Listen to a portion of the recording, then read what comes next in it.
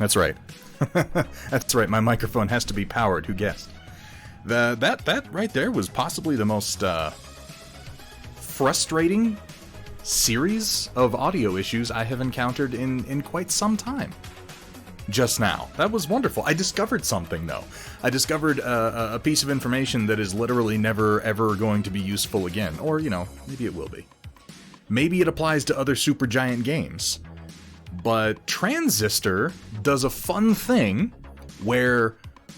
Because I use virtual audio cables for my stream. I use virtual audio cables for everything so that I can control what audio is going where and when. This makes sense, right? And it's usually a pretty simple matter to go into Windows Audio and set the output of any given window to precisely the virtual audio cable that you want it to be for the stream. Transistor, I discovered through trial and error, and thankfully discovered this right before I had to go on. When you start the game, it defaults its audio output to whatever your current audio output is set as default in Windows.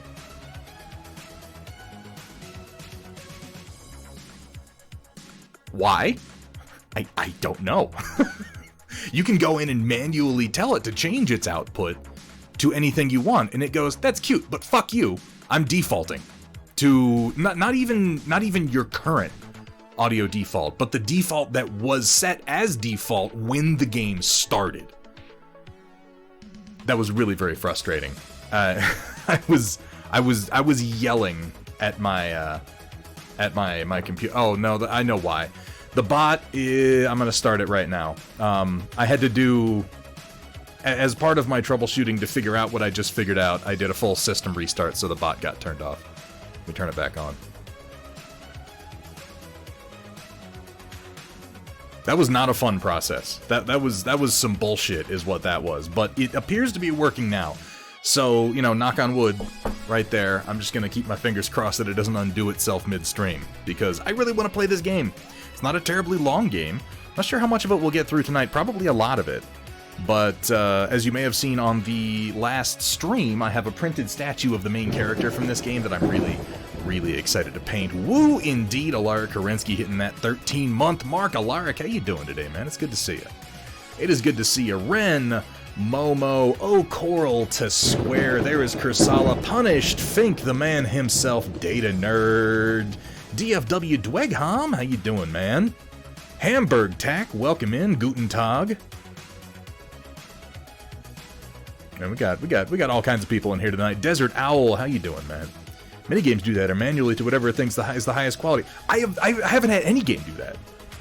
That's the thing, Desert Now, okay, do I stream as many games as I would say most other streamers? No, I would not say that I do. So I don't think that my experience is an accurate cross-section of that, but of the games I've played, I have had none of them do what Transistor was just doing to me. It was very, very strange, it seemed to me. Kursala also hitting 13. Oh shit, 13-month streak out of 20. It's a magical day. It's a magical day. I'll tell you what, the 100 biddies certainly make it better, though. Autofire, thank you so much. How you doing? Raven Cat, oh my god, so many cool people in chat. There's the Cookie Mama. Time stop. Holy moly. When am I gonna play? Okay, so I bought it. Alaric Kerensky, I bought that game you're talking about. I think it's called Nebulous Fleet Command. It's gonna take me a little bit to wrap my head around that game. It's not as complicated as I feared when I watched you play it multiplayer. I downloaded it and I've been playing through the tutorials. I want to dick around with it a little bit in the privacy of my home with no cameras, where I can scream and curse at it a little bit.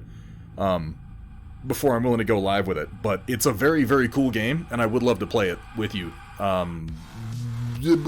Judging from fooling around with the tutorials a little bit, I have a feeling I'm going to be like a two-ship guy. That's about where I start to go cross-eyed. It really is Autofire. It really is. We were going to be painting tonight. The temperature, man. The temperature dropped down real fucking sharply. I found out Wound up outside having to do a bunch of stuff. My office has been cold all day. I just managed to get it to a point where it's warm enough I can not wear a hoodie in here, but it's still pretty cold over by the window. The insulation in this house is pretty strange. So we're just gonna play some games. And I thought, what game should we play? Well, I just 3D printed that statue of Red from Transistor, and we're gonna be painting her pretty soon in oil paints. And I figure we might as well go through Transistor. It's not a very long game, and I figure there are a lot of people who might have only heard of Supergiant through Hades, which has been their most popular title. But if I'm being honest, I think Transistor is the... Now, okay, I've only played a little bit of Hades. I can't really judge Hades as a game. It's very, very cool. I think Transistor's better. Maybe it's just more my style of game. I don't know. But we're going to go through it. The THS blunt. Stop stealing my ideas, Amishtig. That's literally something that I thought of doing, yes. Damn it. Play Stellaris. Yeah, we could... you know what? If the time ever comes, Coral, that I'm like, I'm gonna do a 24-hour stream. Also, let me move my chat. I haven't been on the game view for a while, so my chat is all the way over there where I have to keep looking over there to see it. If the time ever comes that I'm like, I'm gonna do a 24-hour stream, we'll do Stellaris or RimWorld, okay? We'll do one of those, because Stellaris is the kind of game where I sit down to play it, and then I suddenly realize that I'm very, very tired and dehydrated, and it has been 24 hours.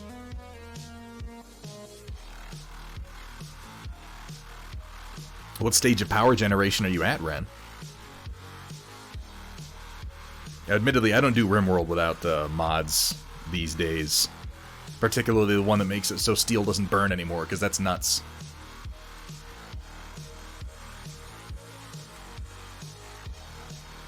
Let me drink my coffee and then we'll roll right on into Transistor. So for those of you who don't know, I believe the first game that Supergiant Games did, dropping those double biddies, thank you so much to Square, keeping the hype train going. It just burned. They don't even melt, they just burn. Factorio is a good game. Factorio is a really good game, and it appeals to the logistics nut in me. Given the choice between that or Satisfactory, though, I go Satisfactory every single time. I don't know. Satisfactory does more for me. I prefer the spaghetti of Satisfactory to the ever-swinging inserter arms of Factorio. Hamburg Tech hitting 3 gift subs, going out to Major Joey. Pop-Tart Guy 1987, which could be another name for me. And then Time Stop BB. Time Stop, enjoy that, man. Now you don't have to watch commercials. Ain't that something? So yeah, I think the first game that Supergiant Games did, and please correct me if I'm wrong, if there's one before this that I don't know of, but the first game they did that I know of is Bastion, which, if you guys are into it, we could do a playthrough of Bastion later, like next month or something like that. It is also not a particularly long game, but it is, the art style is beautiful, the story is interesting and kind of obtusely told, very much like Transistor is. The music is fantastic, like everything about the visual and all the art design, visual and audio, is amazing, and the gameplay is really, really solid. Yeah, the narrator has a fantastic voice. I like his voice almost more than, because, shit, what's her name? I should remember her name, I was just talking about it the other day. The female vocalist who works with Darren Korb, who is the composer for Supergiant Games. What's her name? I don't want to look it up. Ashley... something? Shit. Damn it. Either way, she does some vocals in Bastion, and they're really, really good, and then she's sort of featured in this game, Transistor, because her singing voice is the singing voice of the main character, Red. And while Red has lost her voice and doesn't speak through most of the game, you do hear a number of her songs. Ashley Barrett, that's her name. But yeah, we might wind up doing Bastion, because it's similarly a great game. Now, I have not played the other 2 major releases from Supergiant Games. Well, that's not true. I haven't played Pyre at all. I own it, but I haven't played it. I've played Hades a little bit. I I should probably dig through more of it, but it seems like it's very much a roguelike that's designed to kind of go on forever, and that's not, I don't know, like, I like those games, but they always lose my interest after a little while. Pop-Tart guy, yeah, enjoy that, man. Now you don't have to watch ads, which is definitely the best part of having a sub, but you can also use our little voice commands that are in a box down there below chat, man. Just need to learn how to make my satisfactory factories look cleaner. That's something that I always struggle with, Desert Owl. I try to get away from the spaghetti. If we do end up doing some satisfactory, Vergaderung and I have a decent factory that is up to the point of producing large quantities of aluminum right now, but we also haven't been in that factory for a couple months now. If you want the struggle of playing Cities, Skylines, and Transport Fever at the same time, Workers and Resources Soviet Republic is the most absurd logistics game to almost fly into my... I've never heard of it. I played a lot of Cities, Skylines, but then I enjoy Cities, Skylines is just the logical evolution of SimCity. And it's wonderful. It's wonderful. Is the bot not working? Hang on. I just reset it. Let me make sure it connects.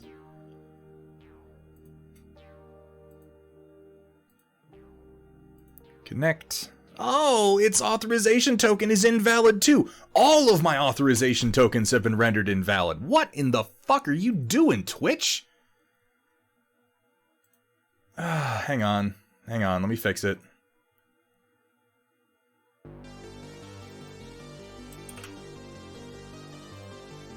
It's really, really frustrating that it's been doing this to me lately. It's in my OBS too. And this is just since today. Every single time that I restart OBS, it resets my Twitch authorization token so I don't have access to any of my stream stats. It's really not cool.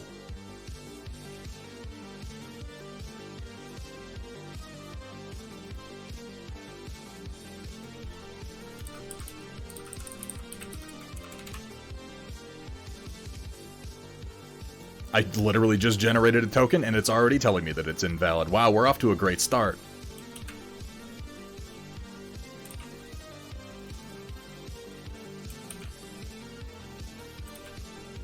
Log in. Authorize. And then it... What? What the hell? Oh. Guys, this is maybe the pinnacle. Maybe it's because this is Tuesday. Tuesday with a W. Maybe it's because this is 02/22/22. This is like, it's like 2012. Everything's going wrong. The Mayans were right all along. My bot has eaten itself alive. Let me give it one more chance here. This is fucking ridiculous. So many problems today. I'm sorry that this is happening. Let's try one more time. Okay, it wants to update itself. Update yourself. Unfuck yourself, chatbot. How's everybody doing today? Other than me having stupid technical difficulties and starting way super duper fucking late, how's everybody doing today? I hope you're having a good Tuesday. We'll get there. We'll get there. The day that I have a perfectly smooth, professional stream is the day that I quit, that we're done. On that day, I'm signing off. Is this it, chatbot? You have to update yourself to work again? And if that's so, then go ahead, just do it. Oh my god. Literally every program I'm trying to run has been fighting against me.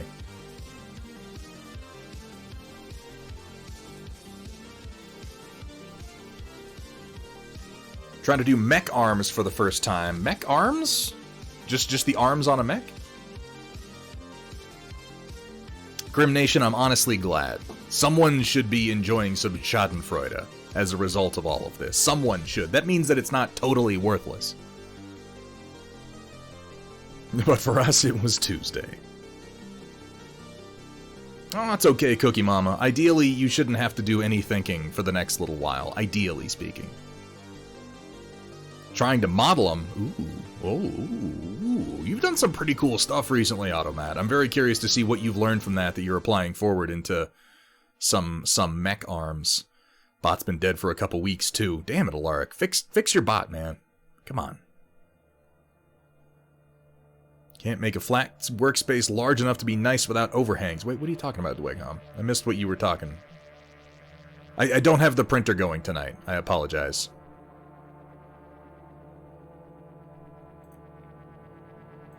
Okay.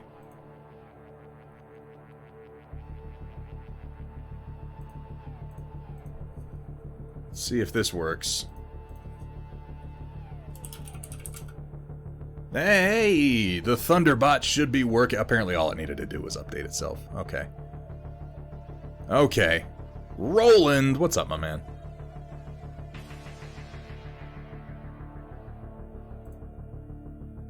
Welcome, everyone, to Thunderhead Studios, where the only rule is... Please don't show me your genitals. Have fun, be safe, and above all... Don't show them to me, for the love of God. My. What? Really? Roland, I'm so sorry to hear that, dude. That fucking I hope that you're bundled up. I hope that you have plenty to drink. I hope that you have the necessary receptacles for whichever direction you're being violently ill in, man. That's fucking awful. Time Stop's really, really hyped at your violent illness, apparently.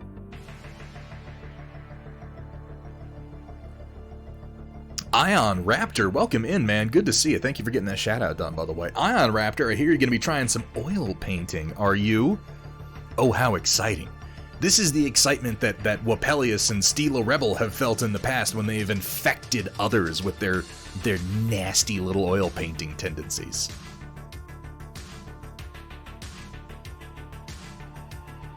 You got a new paint rack printed? Well, that's good news. It's gonna be a thing. It is. It Do you is like Ion sexy Raptor. battle mechs, sexy streamers, and sexy Solaris cheerleaders? Well, Thunderhead Stream has some of those things, and Some. more. And more. Not the Solaris cheerleaders. We haven't managed to contract any yet. You got your Thunder mug? Fuck yeah, dude. That's awesome. All right. Let me finish my coffee here and let's go ahead and get started playing. All right, folks, this is the moment of truth. We're going to see if what I did I heard actually you like battle worked, mechs. okay? So I put a battle mech in your battle Ready? mech, and now Thunderhead's 3D printer is broken. Now, with the way this game goes, being sort of experiential, the game starts and the game just sort of starts. So I'm going to go to the next scene and it should be a black screen and then the game should pick up. And you should be able to hear audio. So please let me know if after a few seconds you don't hear anything. And if this shit collapses in on me like a black hole, we'll hang out for a minute while I pick some random other game. We'll play that. That's the best I've got. So let's try this. Everyone, fingers crossed. Desert Owl, I use almost exclusively Stynal Res Primer for both acrylic and oil at this point, and I highly recommend it. It's really good. It's better than Vallejo. I mean, Vallejo's like good. Stynal Res is really, really good. I highly recommend it. Either brush on or via airbrush, whichever way you're applying it. I haven't used Pro Acryl. Pro Acryl's primer is kind of newish on the scene. I know a number of people have spoken very highly of it, but I haven't used it, so I can't give it a thumbs up or thumbs down either way, Grim Nation. But I can say that everything I've heard about it has been pretty positive. All right, let's try this. Let's see if this works. Are you ready? Here we go. Now, in theory,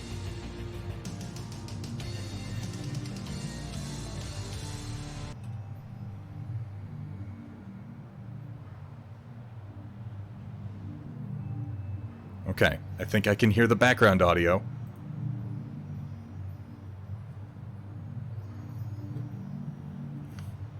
Okay, that's in my headphones. It's not coming out of my speakers. So far, so good. This is literally how the game starts. So you know, I haven't done anything. I haven't gone through any menus or anything. You open the game, and it drops you into this screen. So let's see what happens. Hey, Red. We're not gonna get away with this, are we?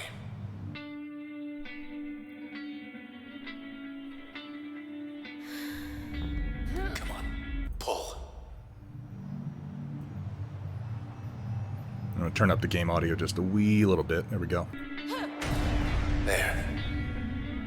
Together again. Sort of. This is how the game starts. There's a mysterious man with a thing jammed into his chest, and there's a talking sword, it seems. And I pull it out of his chest, and you'll note before I did that it said Transistor kills 1. What a night. You're still in one piece. That's all that matters. And I'm playing with a controller tonight. This game, I believe, does better with a controller. We'll figure The something environments are so cool. Oh, nope, that's not the button. Let's keep going.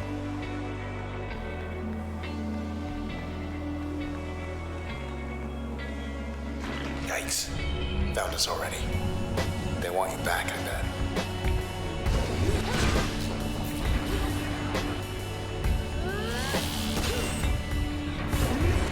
Well, so do I. One again. Nice. Okay, let's go. Unmarked alley. East of the bay. Think I know where we are. So the game, the storyline of this game is incredibly obtuse and is presented very much in a show don't tell fashion. It just drops you into this world and says go. And I have not played this game since it came out, so I'm not like I'm gonna be relearning what the hell I'm More of doing. these creeps. Look, don't fret, just...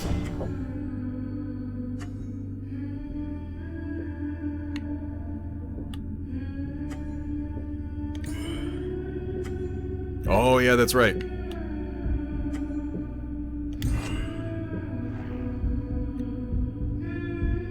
You can essentially pause the game and plan out your moves. do something. Right.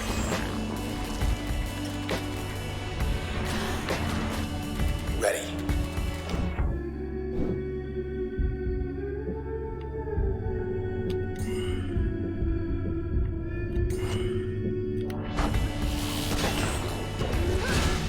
Oh, and I killed that guy. That's right, and you have to get to these things and collect them before they respawn. We're clear. There we go. Process terminated, 16th Street High Pass. It really is Automat. It's fascinating. Yeah, you got that? I'm glad, Merlin Model. Sorry that took so long to sort out, man, but yeah, you should be good now. Hey, up there. And yeah, the soundtrack for this game is Hello, fucking world. amazing. Look at all that. We're on the edge of town. 100 blocks away. 100 blocks away from where? What are they talking about? Who are they? Where am I? What's going on? Hey, Negative Charisma. It's good to see you, man. Let's take a look through our telescope here. There's the empty set. Still too close to it. We better get as far from there as possible.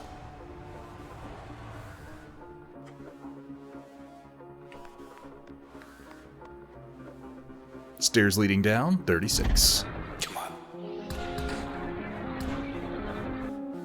Looks like a running lot more ahead. than 36 steps. Here we go.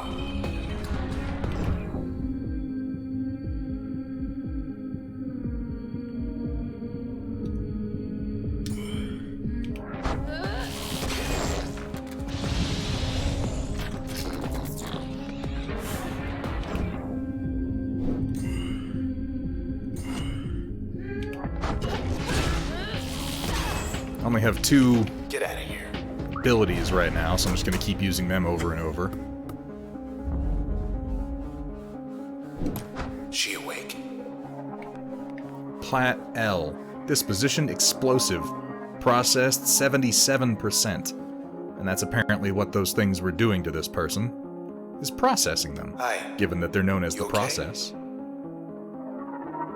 I see. Sure. She wants to come along. We can use her. I really, like, I know what's going on in this game at this point, but I had forgotten just how obtuse the presentation was. Because at this point, it's just like, what in the fuck? She wants to come along? The cube floating above the person that seems to be turning into digital nonsense? Intersection. Alright. What'd you start playing, Roland? Okay, so not this way. I like how she drags the transistor behind her. OVC terminal. Wish it was Tomorrow's raining. forecast. Cover your tracks. Tomorrow's another day in Cloud Bank. How would you like it? Show ballot. Rain's not even on the ballot. Which climate is more to your liking? Warm, clear, light breeze, or mild, scattered clouds? I like mild, scattered clouds. That's more my style. Mild and inoffensive. Results: mild, scattered clouds 61%, warm, clear, light breeze 39%. So again, this is the world building for this game. I think it's fair to say, and not really a spoiler in any way, that the city of Cloudbank is... it's a democratic utopia. Literally everything in this city is determined by these ballot measures. You vote on what the weather's gonna be, Watch you out. vote on... oh shit.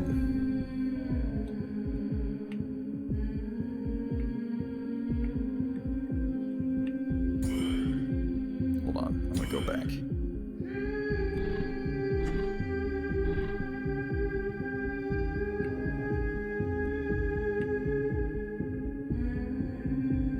I'd like to hit 3 of these if I can, but I can't quite seem to line that up.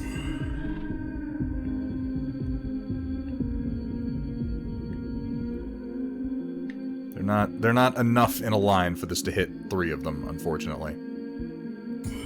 Unless... now that bar on top says how much pre-planning I can do, so let's... those 2... nope. Let's go back.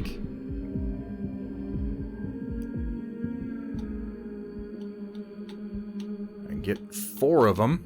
Can I get 5? 4's not bad. Let's do 4. Wait, what does my new process do? Oh, it's an area of effect. Explosion. Can I just lob it over here? Let's do that. Bam! Oh, it only went that far. Okay, well that's good to know. Ah.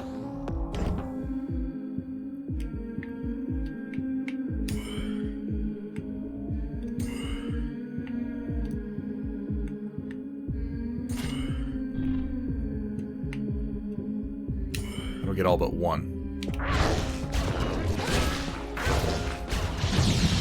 Okay. Now let's just recharge for a second. There we go. Boom.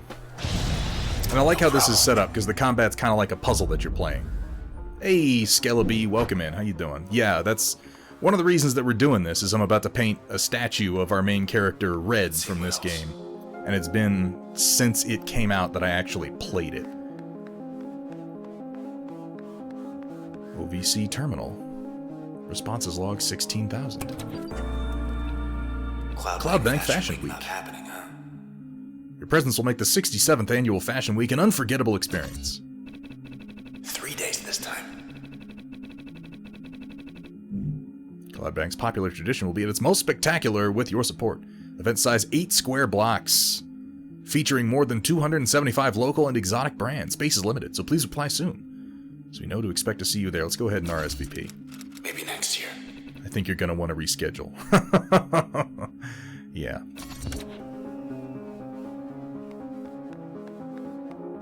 Ought to keep heading east. And thanks for getting that shout out done. Folks, if you enjoy mini painting, you're definitely going to want to check out Skelebi's channel. She has been doing some pretty excellent work on some Games Workshop figures, both Tau and Ossiarch Bone Reapers, lately. Hey,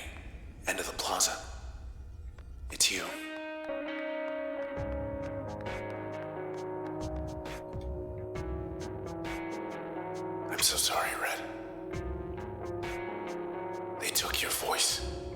I couldn't stop them. Well, we took something of theirs. Hey, let's just go. Come on, just go. Just... yeah. Look, I'm staring in a melancholy fashion at my own poster, okay? Let me mourn the loss of my musical abilities. Young lady, backstab for best results.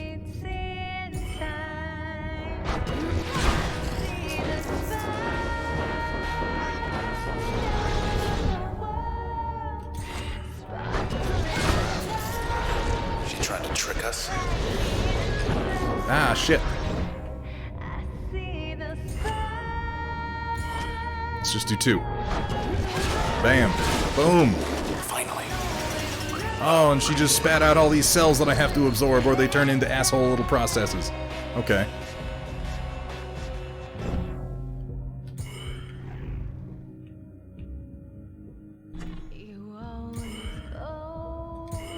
Oh, what a horribly inefficient use of my abilities.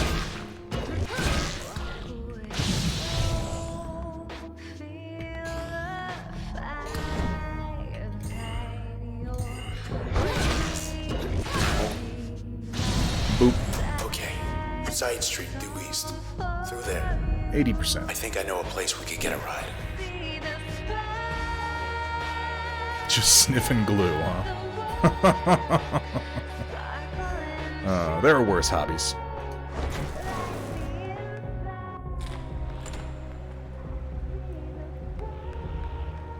This didn't used to be here. Oh, there's another dead guy up there.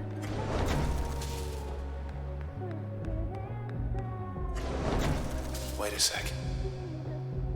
I gotta do both. One here. One here. And then there. Boom. Boom. Zip. Let's There we go. pretend that never happened. Moil P. Disposition elusive processed 82%.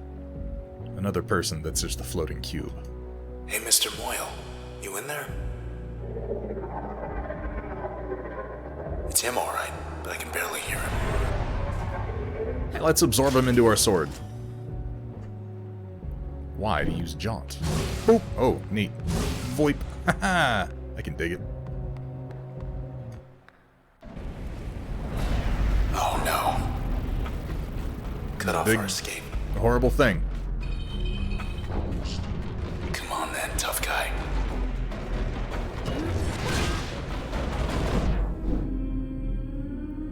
Okay. Let's hit him with one of those to start with.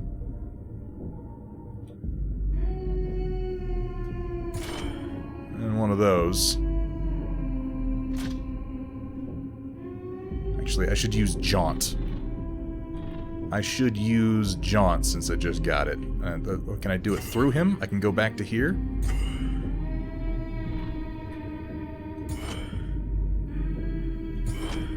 How many times can I crash? I can just keep stacking it up and do quite a bit of damage and then get the fuck out. Let's try that. Voip. Triple crash. Whoa, hey. And get away. Oh, God. Oh, he's big and horrible.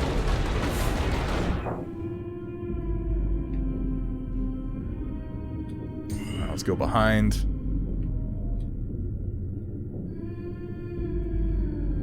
Line up that with Breach. I think I do more damage if I combine abilities, so let's do a few like so.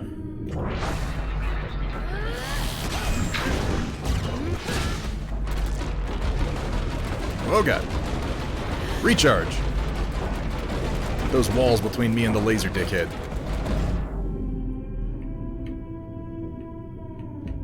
Alright, now if I go over here and line up this to hit both of them, that should knock out the creep. Should knock out both of them. Let's try that. Oh, and he moved. Back where they belong. And leveled up. These are level 2. Access granted new functions. Let's see. bounce, chain reactive deflecting, discharge a ricocheting bolt that jumps from target to target, upgrade slot effect, add a chain reactive effect to most functions.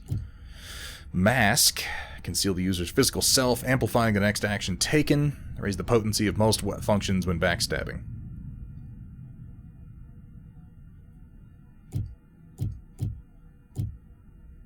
Kind of like the sound of mask. Let's try that.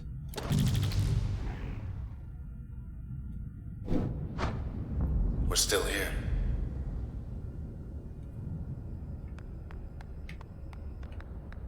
What's this? Look at that. Okay, you're in. Setup utility activated. Oh, this is just where I can change what functions I have that I'm using. Crash, breach has 3 slots that recharge, okay. Spark has 2. Oh. Okay, I can upgrade one of these. Let's upgrade Crash. That's my... Oh, wait, hold on. No, I'm upgrading one with the mask one. Okay, I don't fully understand how the upgrade system in this game works clearly, so I'm just going to stick this on something that sounds good, but Crash plus mask seems to make sense to me. Since that's the one I'm going to be backstabbing with the most, I believe. So some of these functions are standard, and then some of these functions get installed into other ones? Or I can... Oh! Wait, no, I see. Each function can either be a primary ability, or it can be a modifier to other functions. So like if I put Mask there, and then I select Crash, Mask will stun and disrupt nearby targets in addition to the base effect. So you can do it either way. That's kind of a cool way to make your functions do multiple things. So let's see what this does to the other ones. As part of Breach, greater backstab damage. As part of Spark, very briefly render the user undetectable. Same thing with Jaunt. So Jaunt plus Mask seems like a good combination, because I'll be able to jump and be invisible at the end of the jump. Does this make sense? I think it does. We're figuring it out. Good. Just one more block. I want to show you something. Nachos. Okay, there's a... Wait. Back. Oh! What the fuck? Process upgraded. Designation Jerk. New in version 2.0, Retaliation mode. So that's Jerk 2.0. Oh! How fun.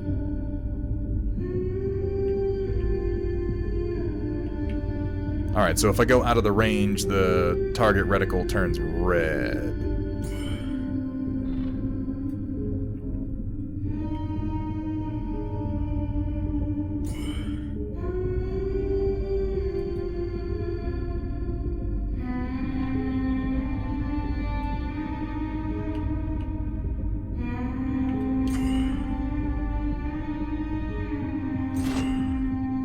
Yeah, do that. Boom. Blam. That was quick. Pick up that cell before it turns.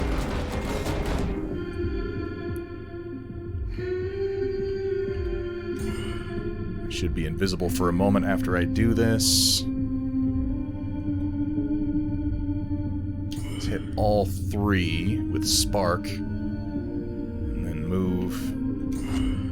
Backstab Crash. Twice? And then get the fuck away.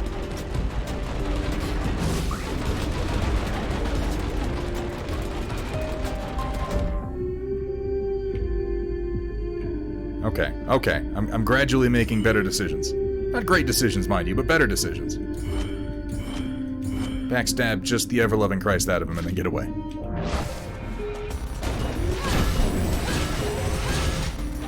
Here he comes. Nope, yep, he's bigger and meaner. Old Jerk 2.0, what a guy.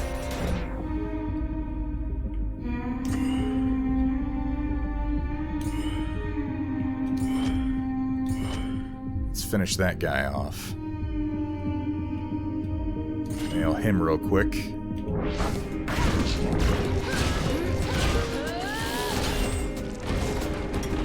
Pick up his cell and get away, get away, get away. You still here? Oh, I'm getting my shit fucked up.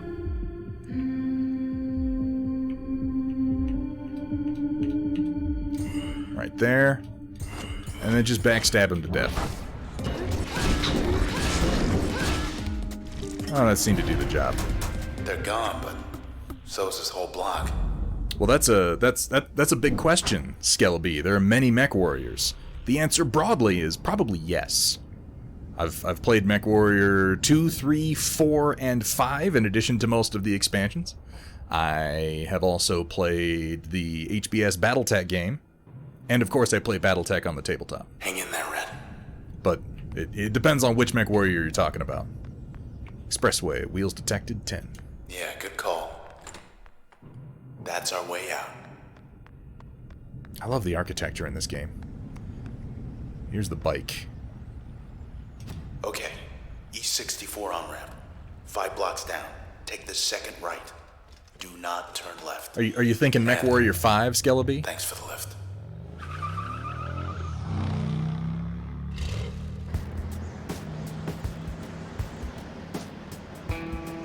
Hi. You turn left. Thought we were gonna skip town. We're going back there.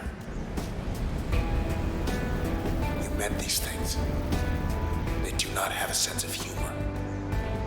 God, I love this Track you storytelling. down, wipe you out, and take whatever's left of me back to those 2-bit Camerata pieces of trash. Look, whatever you're thinking, do me a favor. Don't let me go.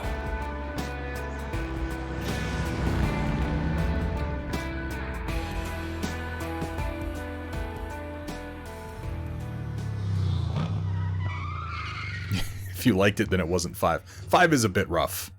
5 is a bit rough, it's true. I think the Harebrained Schemes Battletech More game is bike. probably the best game in the whole series. Just 10 It's not more really in blocks the to the series. I love the kind of subtle storytelling in this game. Like right there, he says, get on the highway, turn right. It's like, wait a second, you turn left. You're going back there. We know that something happened. We know that they got away from it somehow. Kind of, except that this guy is a sword now? We know that he wants to get away. We know he wants to get her away. And we know that she is going back to whatever it was. She's going to confront it. Whatever it was, whoever the Camerata is, whatever relation it has to these things, the process.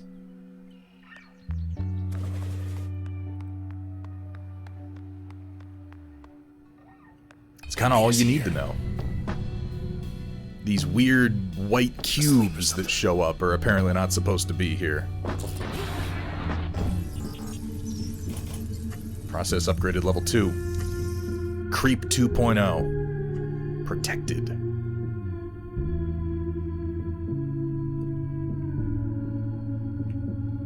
How protected? There's also bad cells. Let's try backstabbing him. It says he's protected. I don't think it's going to do anything. Oh, nope, that did some Maybe damage. not. Oh, God. The triple beams are a real killer.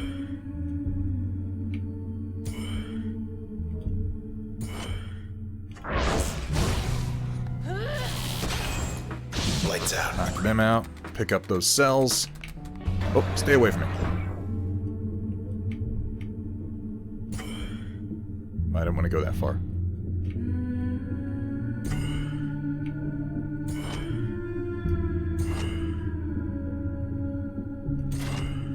And do that. And backstab, beam, backstab again. That should do him in. Pick up his cell.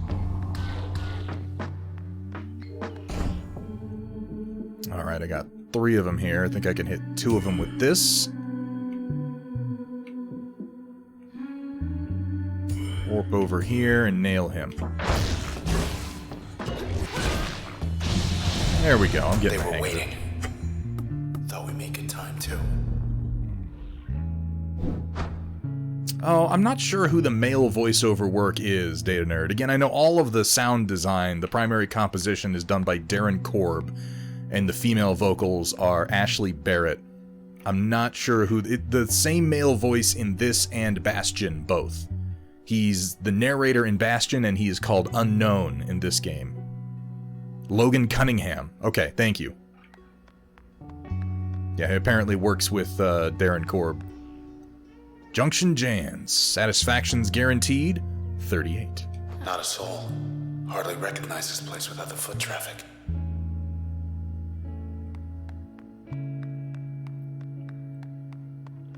And again, if you guys like this game, we're gonna have to do Bastion, because it's similarly beautiful.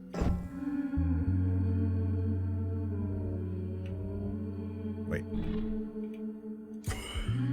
No. Fertile ground. Whatever the fuck these are. They're popping as I walk over them. Should I feel bad? I have no idea. I don't know what they are. Wait, do I? How odd. Oh, another terminal. Terminal's still up. Let's get our vote in. Food's ready to eat? 4. Must be starving. Hungry? Grab a bite. Satisfy your craving with a complimentary Junction Jan's Gourmet Flatbread.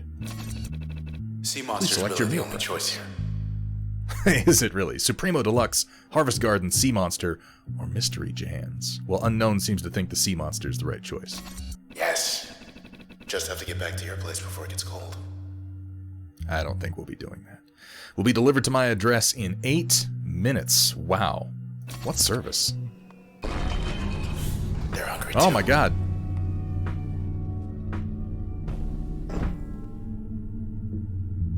Weeds are immobile, but will repair damaged processes. Okay. Well, that's curious.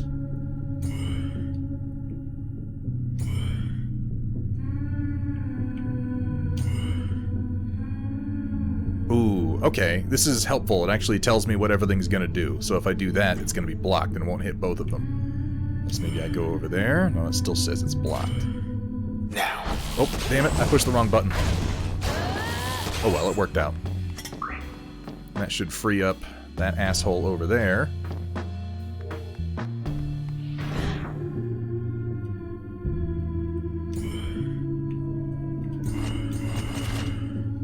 Just backstab the Christ out of him.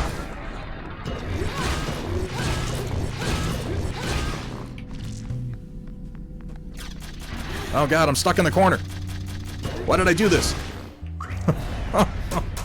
It seemed like such a good idea at the time. For seafood. Is Battletech still sold as models? Am I being rude to ask about STLs for mech? Okay, so they are. Merlin models recently, recently, it's been in the last few years, the company Catalyst Game Labs got publishing rights, and they've actually done a whole new series of Battletech models as part of a couple of Kickstarters that are available now.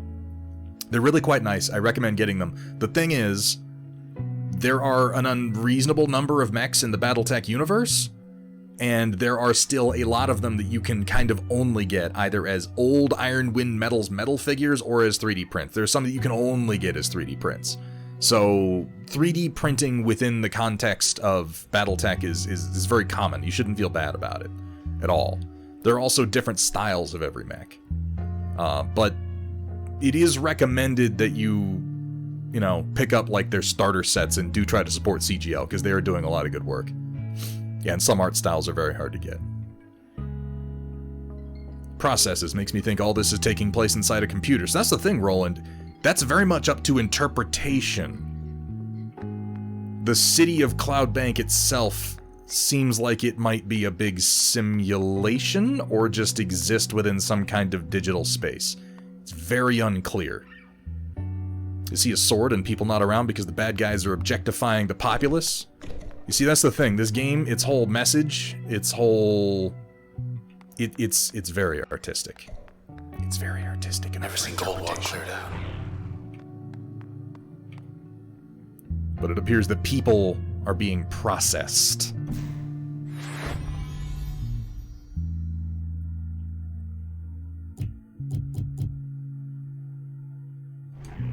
Schosberg was out of control. Oh. Thought the admins put him away. Okay, so, yeah. This is about the time that you start to kind of figure out a little bit of what's going on as far as these processes go. Shock 21, hitting 18 months. What does this button do? It spends some of your money. That's what it does. Thank you so much for the resub, man. How you doing? How you doing, Shock? The process, these things, these machines, these odd creatures that are now apparently around the city are taking people and processing them. And we can see here, this is mask. This is the function that I have masked that lets me turn invisible. It's Shomar Schosberg. Function derived from contact with subject. Trace data encrypted in function. Trace status integrated. Reason cited, everybody wears a mask, right? Background, considered the most elusive entertainer in Cloudbank by 12% of the population, which they know precisely because literally everything in Cloudbank is very, very, very precisely measured and voted on like that. Mr. Shomar Schosberg earned his reputation through numerous absurd public pranks and other daring or ill-advised feats. Thus, he earned the nickname The Magician from his many thousands of fans and enjoyed executing highly unusual, unscheduled performances in Cloudbank's most bustling neighborhoods. His acts grew more ambitious over time, culminating in his promise to skydrop into a restricted region of Goldwalk and walk right out, escaping administrative detection.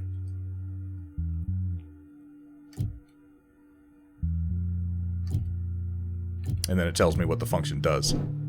Let's take a look at some of the other ones, shall we? Let's start with Crash. Oh my god, that's me. Shortlist. More than just a name to them now. Function derived from contact with subject. Yep. Ranked in the top percentile of Cloudbank's contemporary performing artists for 5 years, Red demonstrated early interest in music despite studying at Traverson Hall. Traverson groomed many of the city's most ambitious civic planners, though Red spent the majority of her time developing the Academy's nascent arts program. Was first on record to select 2 non-traditional disciplines. Records indicate she was reluctant to explain, citing personal reasons. She remained reticent even after gaining the spotlight, and when asked about her past and influences, would often say her work spoke for itself. She did admit, however, that she never wrote her music with intent to stir controversy. And we can see on the bottom right, as you use the functions, they're further decrypted and you get more information.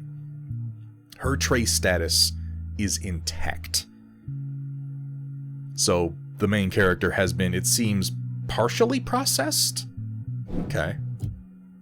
What about Breach? You've reached the hopefully not permanent address of Mr. Nobody. Subject background data corrupted during integration. Reason? Unknown. Reasons cited? Still figuring things out. Trace status? Non-recoverable. Lillian This is the Platt first one used we to picked run up. the OVC. Said she left for personal reasons. One of the preeminent scientific minds in Cloudbank, Miss Lillian Platt, I almost said Pratt, was the youngest ever individual to be elected as chairwoman of the OVC board. Under her leadership, the number of OVC terminals in Cloudbank more than doubled, and the quality of the broadcast strengthened more than 4-fold. The quality of the broadcast. So the OVC terminals are responsible for a... yeah, my face is covering the part that I was just talking about. I'm sorry. Underneath my face, there are 3 little bars that say decryption progress. And as those unlock, I guess more information becomes available. I forget. Sometimes I forget that I'm streaming. That's interesting, though. And this is, again, what makes me think that Cloudbank is some kind of digital projection more than anything. It's like a computer program being projected into the real world. However, she then became the youngest ever individual to leave the post, as she tendered a resignation in less than 2 years to pursue extracurricular interests. In private conversations, several of her former colleagues indicated that Miss Platt left following the sudden disappearance of a close personal friend, Mr. Maximilius Darcy, who, according to official OVC transcripts, decided one day to move to the country. The country is capitalized for some reason. Her selected disciplines were physics and negotiation, with reasons cited problem solving, and her trace status is integrated. And that's Spark, that's the explosive one. Alright, so let's take a look at Jaunt. Preston Moyle. Guess he went out joyriding one night and never came back. Cloudbank's racing circuit never knew the likes of Preston Moyle, who shattered speed records with aplomb for 4 years straight. Credited with popularizing the sport of 1200cc racing, Mr. Moyle gained celebrity not merely for his exceptional riding ability, but also because he built his motorbikes with his own hands. Ever the thrill seeker, Mr. Moyle became known for seeking out Cloudbank's remotest strips of road. Then one day, Mr. Moyle was altogether gone, having left all his personal effects behind, save for his fastest bike. Selected disciplines, reflexes, and machinery. Reasons cited, I want to go fast and go far. And he is integrated. Seems like integration means he's fucking dead. Yeah, like a reverse Tron. There you go. That's a good way of looking at it. Wait, want to check the channel back there? Oh, I gotta fight these things first. Okay.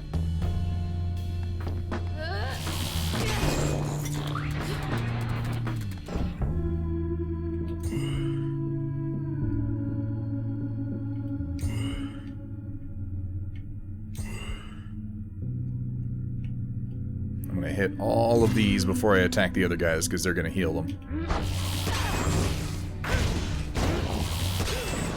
And then recharge. But you gotta collect their cells, otherwise they just respawn as enemies. Okay.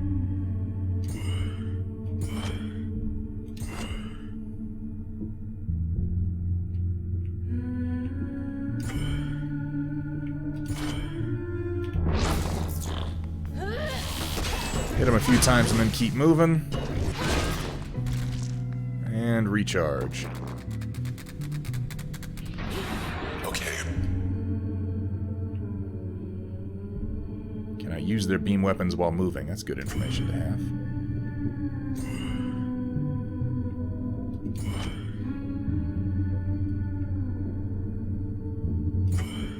Let's save ourselves a bit at the end of that. Knock him out. Get behind this. Alright, here we go.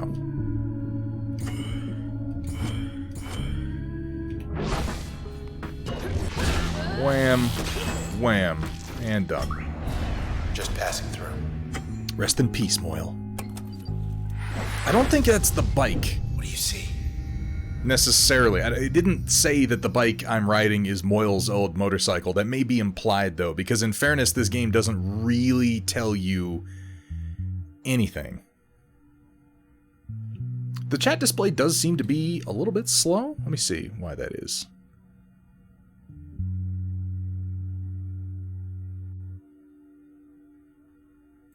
Oh, I know why it is. That's why. I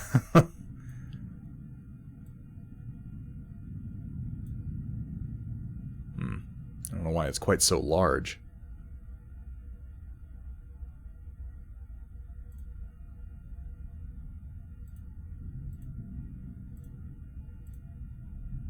I'll have to adjust that later.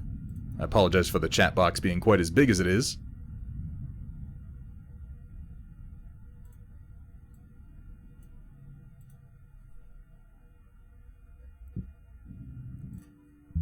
Alright, new functions. Load and switch. Explosive area effect. Hypnotic double crossing.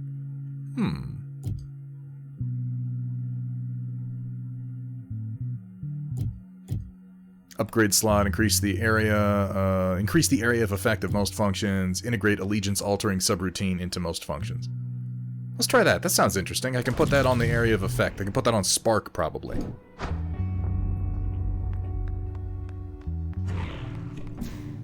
Let's go to the access point and check it out.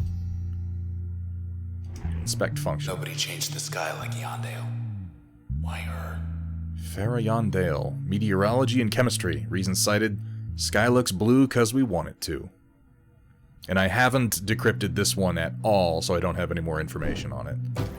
But I'm going to attach it to Spark Briefly switch target's allegiance to the users. That sounds like that could be useful. Let's try that. I got a little area of effect. Gold walk channel. No queue to get in. That's a first. This can't be the channel.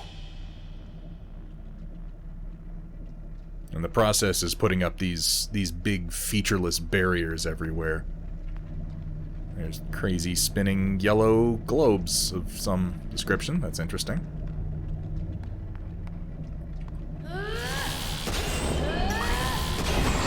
Oh my god!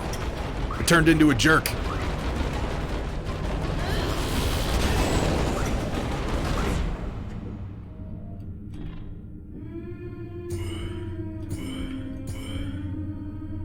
Packet 10 of 10. Okay. Doesn't really tell me anything about them. Let's just knock him out anyway. Oh, they explode when I hit them. Okay. Well, that's potentially useful. Let's draw him into it.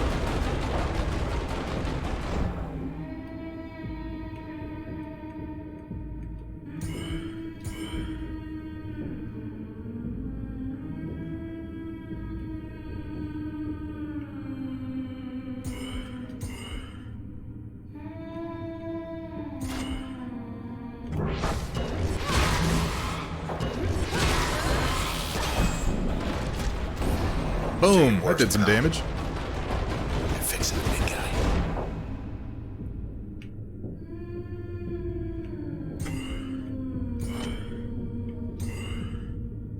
Yeah, don't do that. Hit him. There we go. Slam. And knock him out. Good to go. And knock that one out too. All quiet. Easy peasy. Norton Antivirus got swole. That's what McAfee always imagined himself as right there. that's his idealized self-insert. Processed alcove. Formerly info kiosk. Jerk was hiding in here. Whatever here is. It's just blank whiteness. Let the record show nothing happened until I started smashing stuff. Maybe that's the problem. Maybe that's the problem, Shock. Maybe more things need to be happening. Function files updated. Let's have a look since I've used it. She was Cloudbank's first ever sky painter, someone who took the everyday occasion of the ever-changing sky and made an art of it. She worked for the pleasure of thousands who remembered they once took the sky for granted. Ms. Yondale gained a significant following as she transformed the skies around the city. And as her skill and popularity grew side by side, she started taking requests. One such request came from her heart. She was drawn to the district of Goldwalk, where her suitor lived. And there she would change the horizon to shimmering sapphire for the solstice, for their and everyone's sake. This was when her art became a liability. Okay.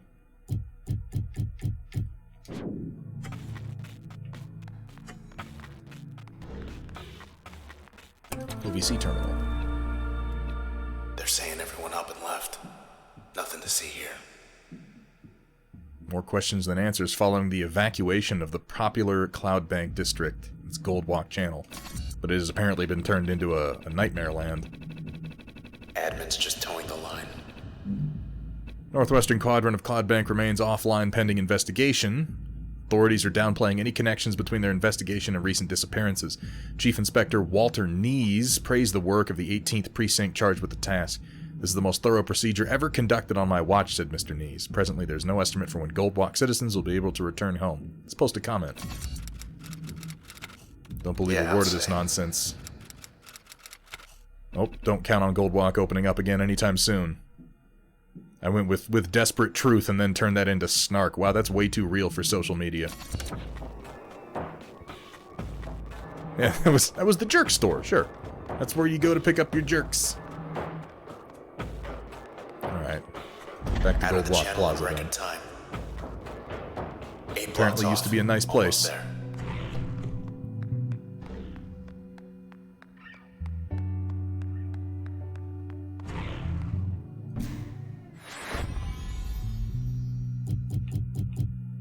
Oh, it was lit up like there might be something new there, but I guess not. pass through. Get ready to get jumped. Or not. Oh, okay. Let's not stick around.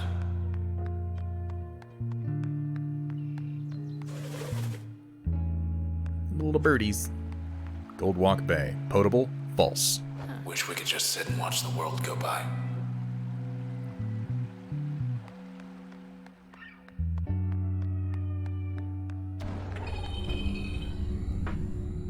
Okay, so that thing is shooting a beam that makes a shield around that creep. Got some kind of cheerleader this time.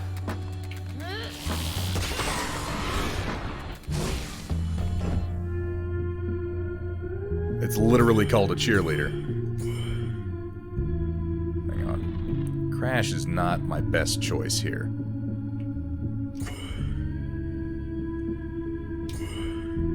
What happens if I switch the cheerleader to my side? Will it protect me? Let's try. Nope. It'll just stop protecting them. Which is, you know, also useful, but less awesome.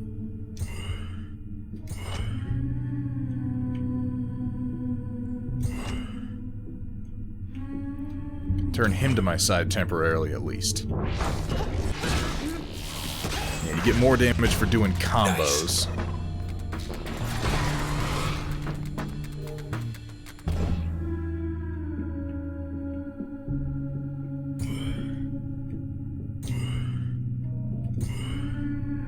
No, don't do that.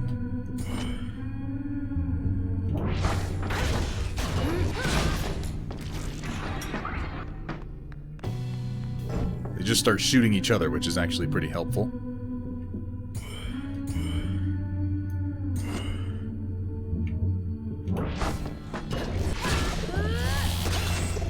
Knock the cheerleader out. Ah, quit shooting at me.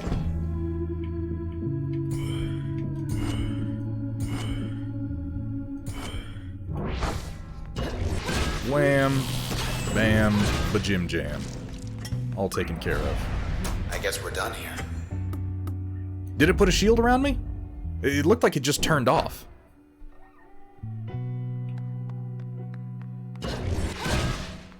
Let me through. There we go. More of my posters are up. More abandoned storefronts. Oh, okay. Well, that's good to know. I'm going to use that then. Anything new at the access point? Doesn't look like it. No new decryptions or anything. Amphitheater Parkway. Popular music venues, 1. Hope you're wearing comfortable shoes.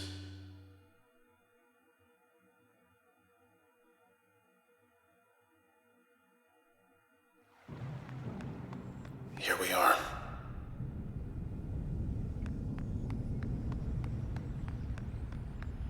So this is where whatever it is that happened in the beginning of the game happened.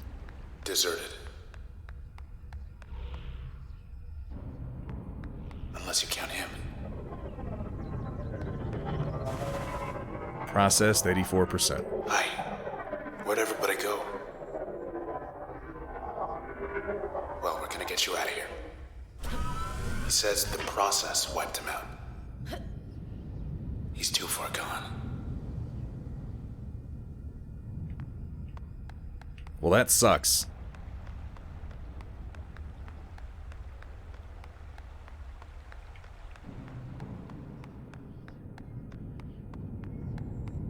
So the process They know we're here. is going around taking artists and converting them into functions.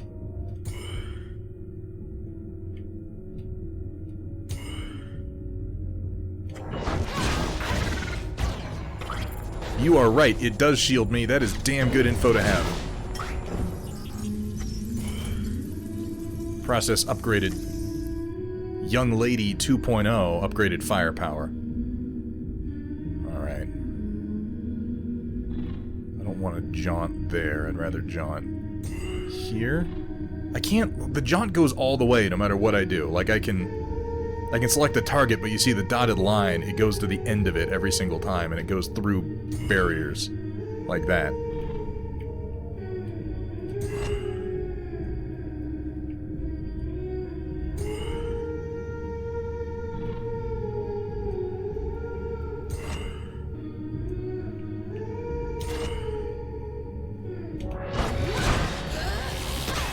Oh, the son of a bitch moved.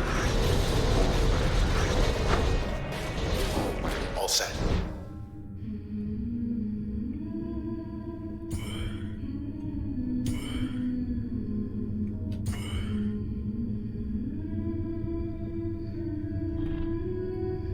I need to knock that damn cheerleader out. Okay, so I can't harm them while they're on my side, which is something to bear in mind as I'm using these abilities. Both of those are currently on my side, so let's take out the weeds.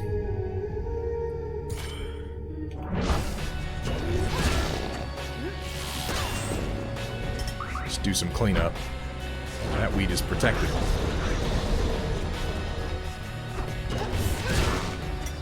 Knock that out. Knock that out. Void.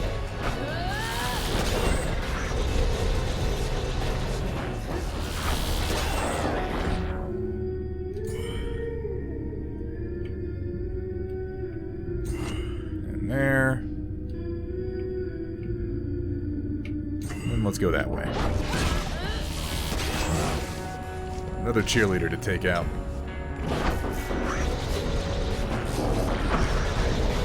So those phantom ones don't seem like they hurt me, they're just confusing.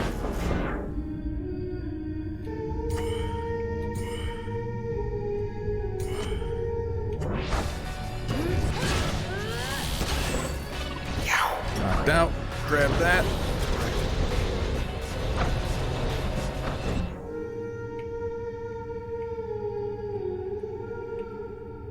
Shoot over here. Hit that. Nail the young lady 2.0. I get it with 2? I can't. Still kicking, huh?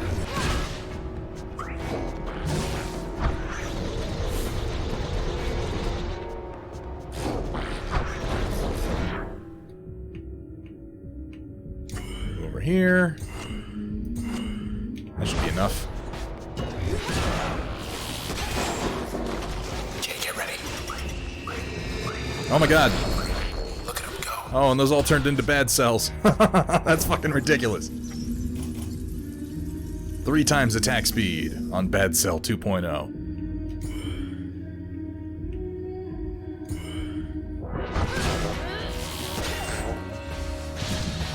Not yet.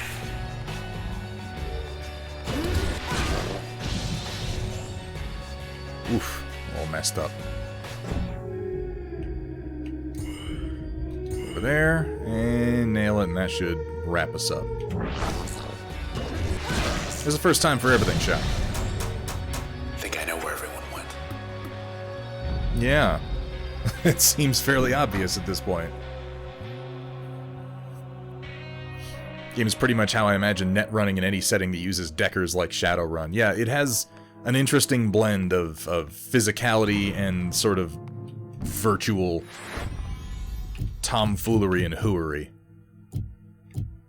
Okay, I didn't get a function for picking that guy up, it doesn't look like.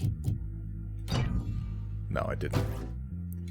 This one is of questionable use. I'm gonna keep it attached to Spark, but I need to figure out what its role is gonna be in the grand scheme of my functions.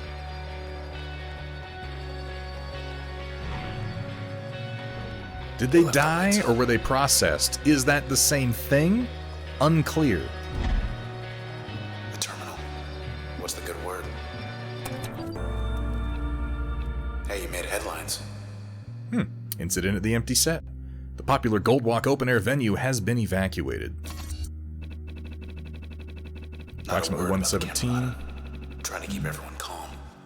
Approximately 1:17 a.m. last night, after all the scheduled live performances had ended, OVC received several independent reports of suspicious activity at the well-known concert pavilion. Authorities are evaluating reports that at least 2 people were critically injured, potentially including Red, the headlining act. More news as it develops. Post comment? Absolutely.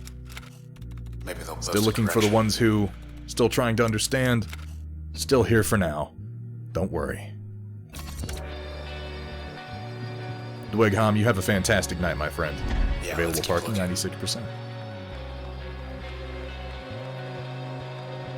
Dude, I remember Chrome Hounds. To be fair, the Chrome Hounds mech aesthetic was whatever you wanted to make it because you could assemble those things into truly bizarre amalgamations of insanity.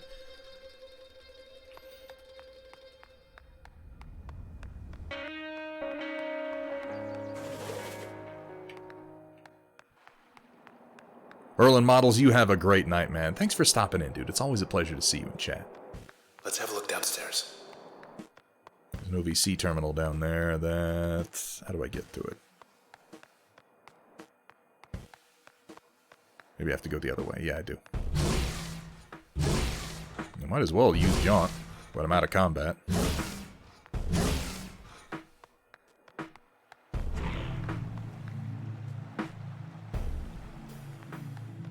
The empty set. Open seats, 435. Gotta be a leader somewhere. Poll's a little out of date. Down to the final round for next month's headliner, the #1 venue in Cloudbank. Sensational Red versus Downtown's hottest act. Facsimile. Who will it be? You decide. Let's vote for anyone other than me. They never had a chance against the champ. Oh yeah, I guess Red's pretty popular, huh? Let's get back to it.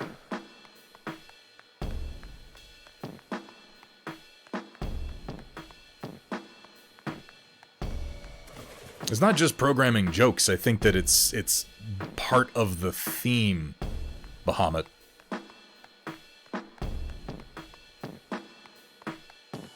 The entire universe in this game is conceptual. Everyone loved you. Everyone except for them.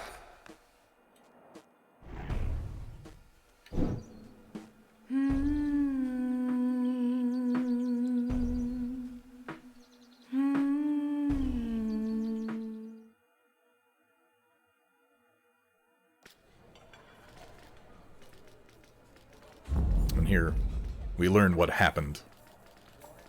Kind of.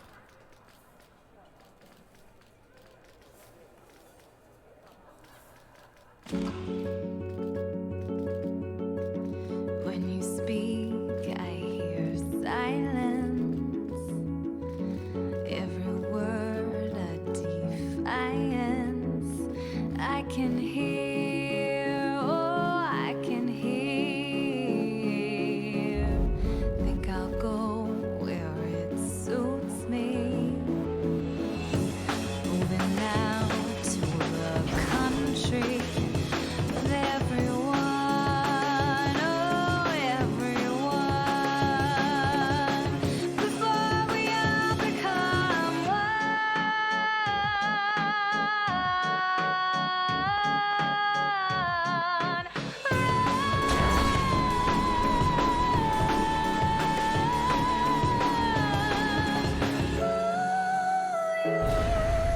You'll become. What? Where? How? No. Hey. Red, where are you? Where are you? Where are you? Don't be gone. Please don't be gone. I can't. I'm here. Imagine a bridge to Fairview. I'm over here. I'm still here. Accessible only by RC, Cloudbank's most secluded and beautiful getaway deserves to be seen by all. What? Oh, nothing. It's just a vote on a bridge. Let's sign it. Help. Stuck. Oh god. Am I inside that thing? Inside it? What is all this? There's nothing. Nothing. No. Wait. okay. I think. Hey. That you? Oh. Look at you. You're alive. Me, I'm not so sure. Could use your help. I know this looks bad.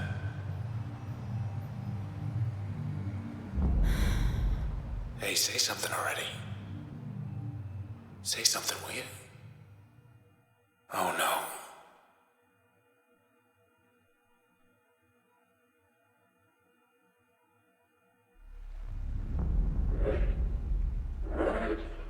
She's here. Look who it is.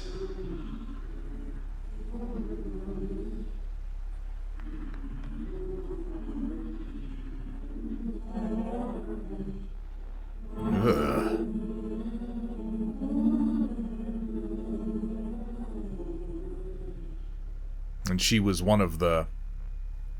I think there were 4 people shown in that flashback, which was a very artistic rendition of an assassination attempt using the Transistor, which was apparently thwarted by an unknown person who took the hit for Red.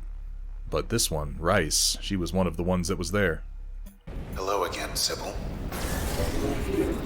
You. Lost your damn mind. You're buzzing, a fly on the wall, in through the window.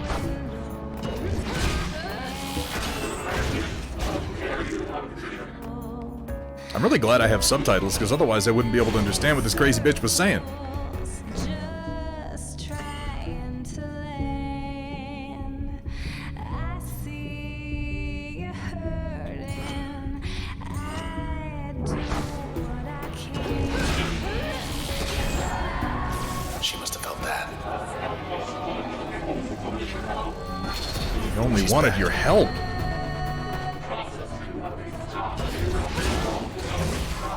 Get behind something. Oh, stop stabbing me with your fucking umbrella.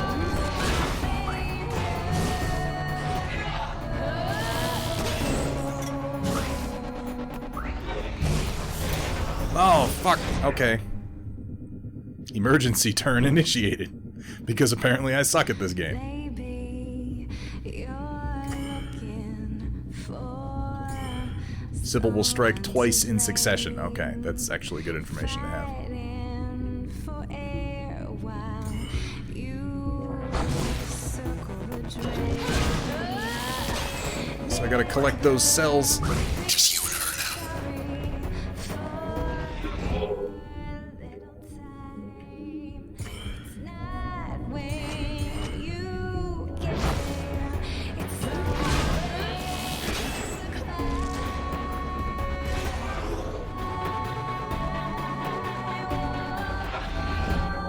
Alright, wait for her to start her strike, and then hit her real quick. Almost got her.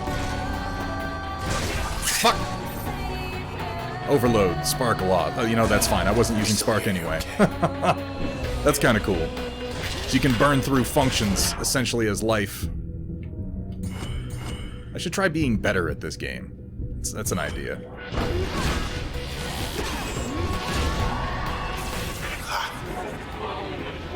Sybil. Told them you'd be alone, she says.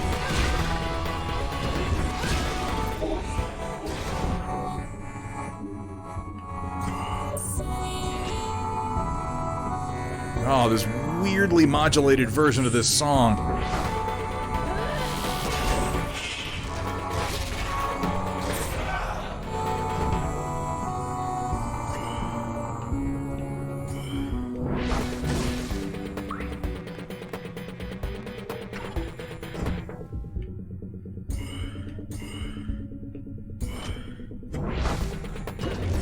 Knock that fool out. Actually, that was probably a wasted opportunity for me to grab a cheerleader on my side if I had still had spark at that point.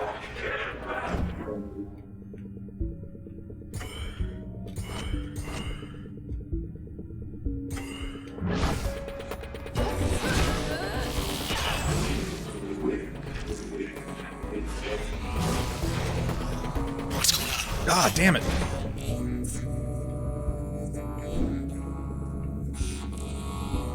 So I'm gonna lose Jaunt next.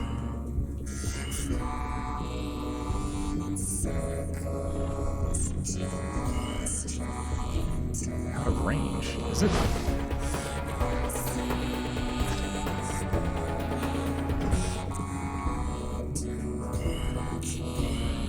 Remember that. Remember that. I can give her one more for Jesus.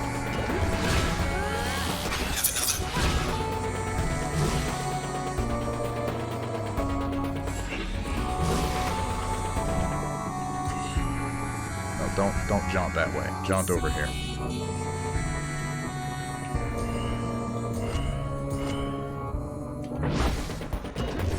Hit. Combo for extra damage. Get away.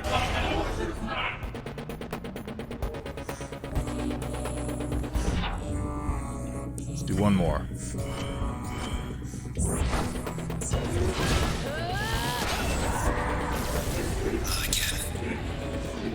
Oh god, how many times do I have to fight this crazy bitch?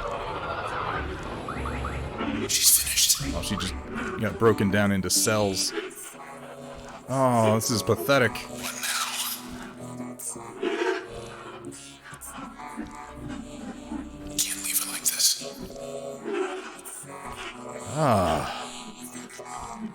Well, I guess we finish integrating her, right? Bye, Sybil. Her trace. Hello again, Sybil. You can't Put her in the transistor. I want you to tell us where they are. Do you understand?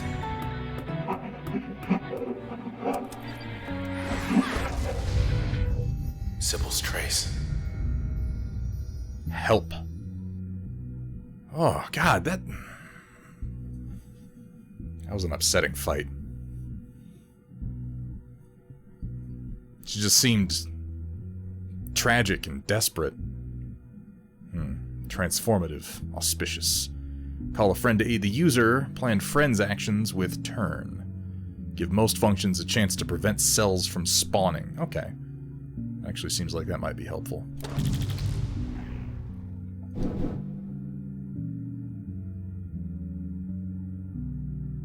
Authenticator. Permission. Enter back doors. Oh, yeah. Reveals hidden back doors throughout CloudBank. I mean, sure. New permission. Authenticator.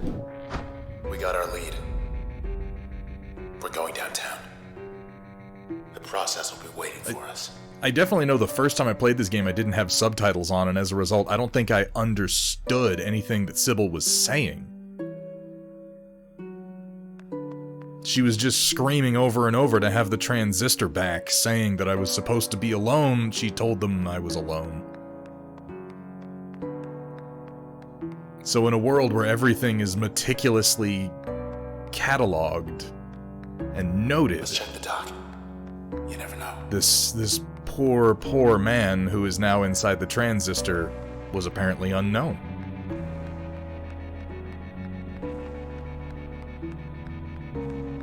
Unaccounted for. With any luck.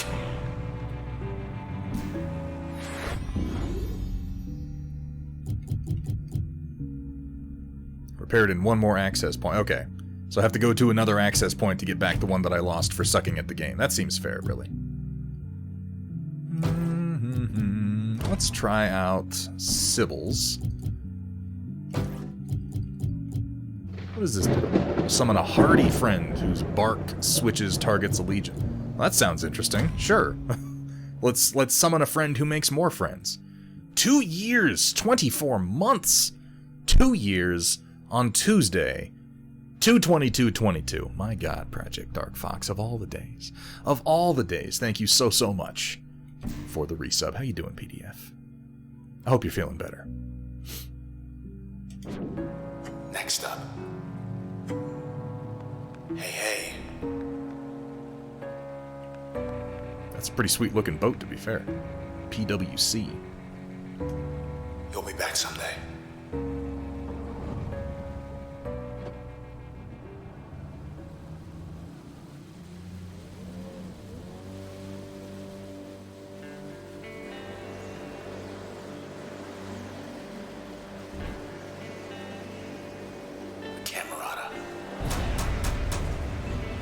Sybil was their eyes and ears. Got close to you. To us. You were hunting people. Don't know for what. But I bet I know who does. I'm gonna ask him why. So now we're on a I have vengeance this feeling story. He's gonna let us know. Now we're hunting people down one at a time.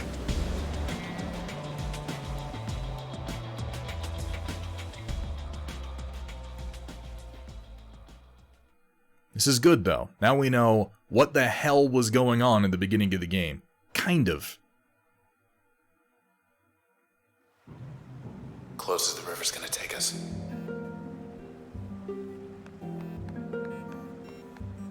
And we've got a target. Okay. Road to high rise should be right around the corner. Heads up. What? These are new. Whoa! Snapshots. Can dodge most attacks but are vulnerable afterwards.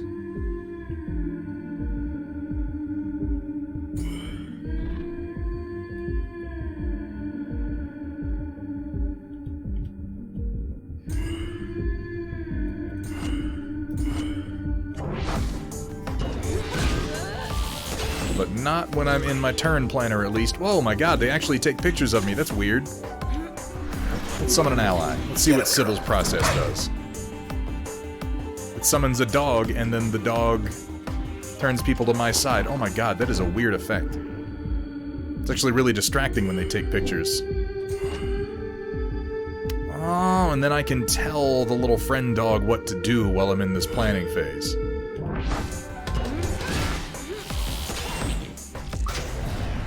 That's kind of cool. Still a step ahead. But they haven't stopped us. Yep. The process seems to be everywhere.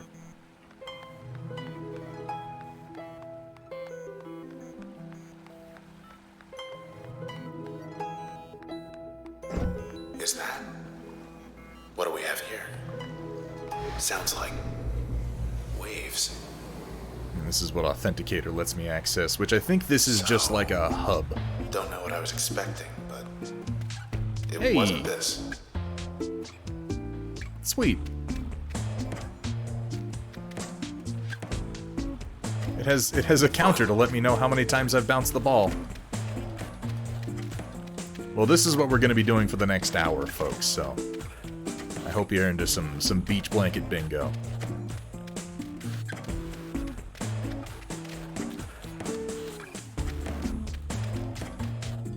Red's house is wild. Yeah, this is whatever the hell this place is.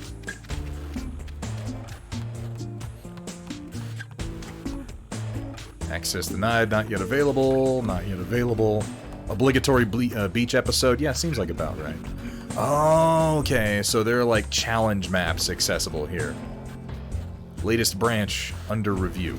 You know, it's a little sparse, but this isn't that bad. It's no cloud bank, though. It looks like every single synthwave background that would be created for the next, like, 5 years. Complete with the weird digital grid and the virtual sunrise in the background. Speed test. I don't really feel like doing challenge maps right now, so I'm not going to. But yeah, I'm guessing these are challenge maps that I can access and do, and as I do more of them, they'll unlock more. Okay. Got a sweet hammock. That's Sybil. Always palling up to you and everybody. Showed her true colors back there. Wonder how her Camerata friends are gonna feel knowing she's leading us straight to them. Ooh, extra colors.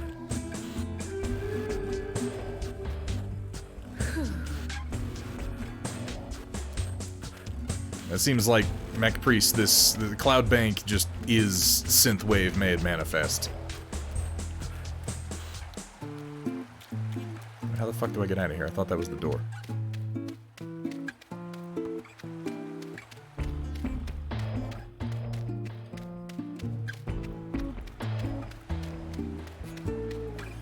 How do I get out of here? I thought this was it.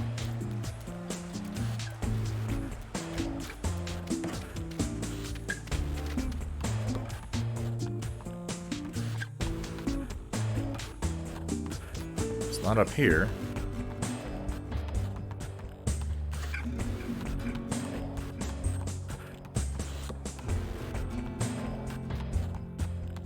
I mean, there must be an exit, right? Am I just missing something really obvious? I mean, clearly I am.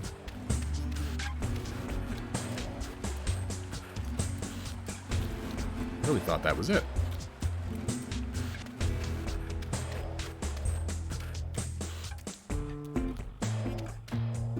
Back to good old-fashioned running everywhere and mashing the A button. Wait, do I have to go into the... Maybe it requires me to do one speed test just as a way of showing me what the hell this part of the game is, right? Number 1. Yeah, okay.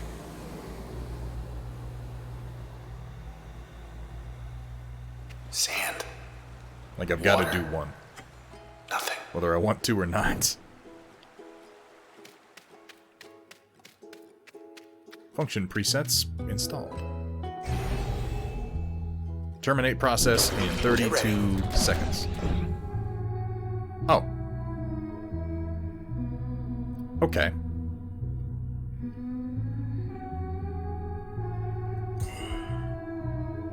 Bounce is what I have available.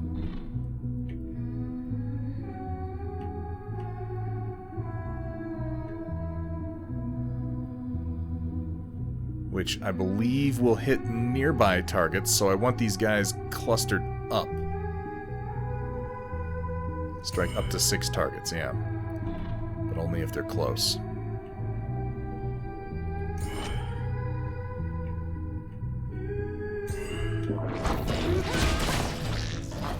Nope, nope, it bounces actually pretty far.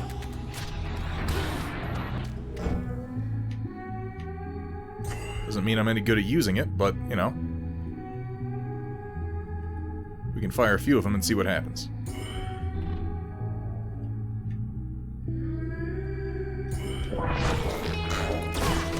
That takes care of the bad cells pretty damn well.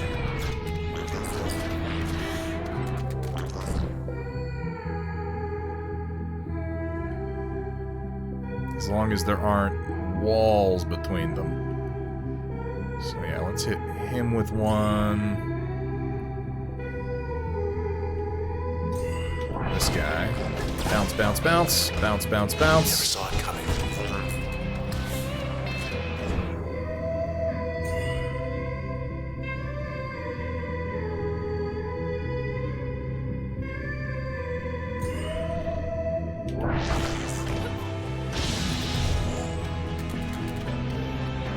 Grab that cell.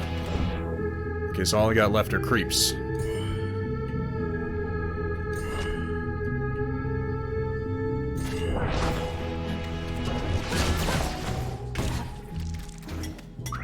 Time's running out.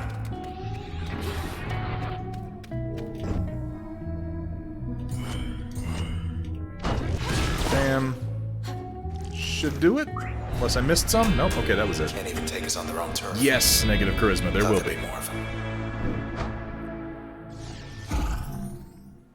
Music unlocked. In circles. Oh, yeah, okay. That's one of her songs. Now I want to know what's in door number 2.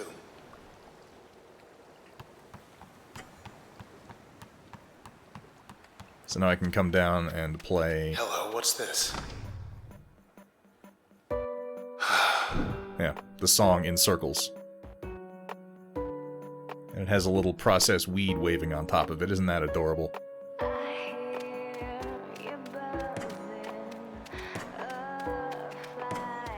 What a fun gameplay feature. I can play this soundtrack and run around bouncing a ball.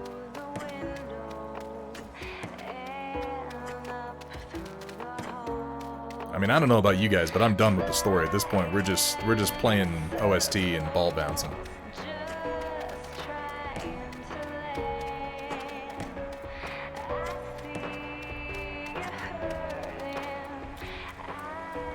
We better go. Alright, let's get back to it. like we left it. Was hoping it'd be more like before. Just really hoping that when you turned around and looked away that things might unfuck themselves. What a desperate hope. What's the latest? That does it. Postponed Hammers versus Clientele. This week's hotly awaited pennant playoffs to be rescheduled for a later date, because everything seems to be eating I swear itself. this day. Get Word from myself Central killed. Authority. Now the pennant game's canceled. Right? And then my sports games. Word from Central Authority is that the high-rise Hammers will not be playing against the defending champions, the Sunset Clientele, as previously expected. Authorities declined to comment on the reasons for the last-minute delay, but assured fans of both teams that the season is expected to resume soon, and that all ticket holders will be entitled to a complimentary gift. More news as it develops. Let's post a comment. Hoping that'll do it for the bad news for a while.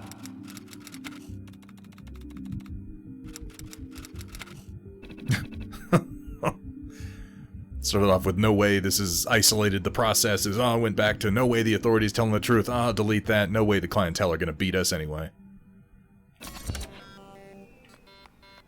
The canals are just down the bend.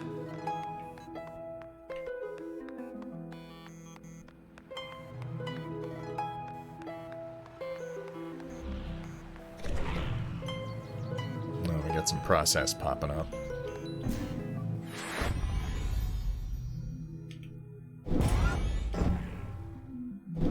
Process limiters. So I remember these. These are self-imposed difficulty increases.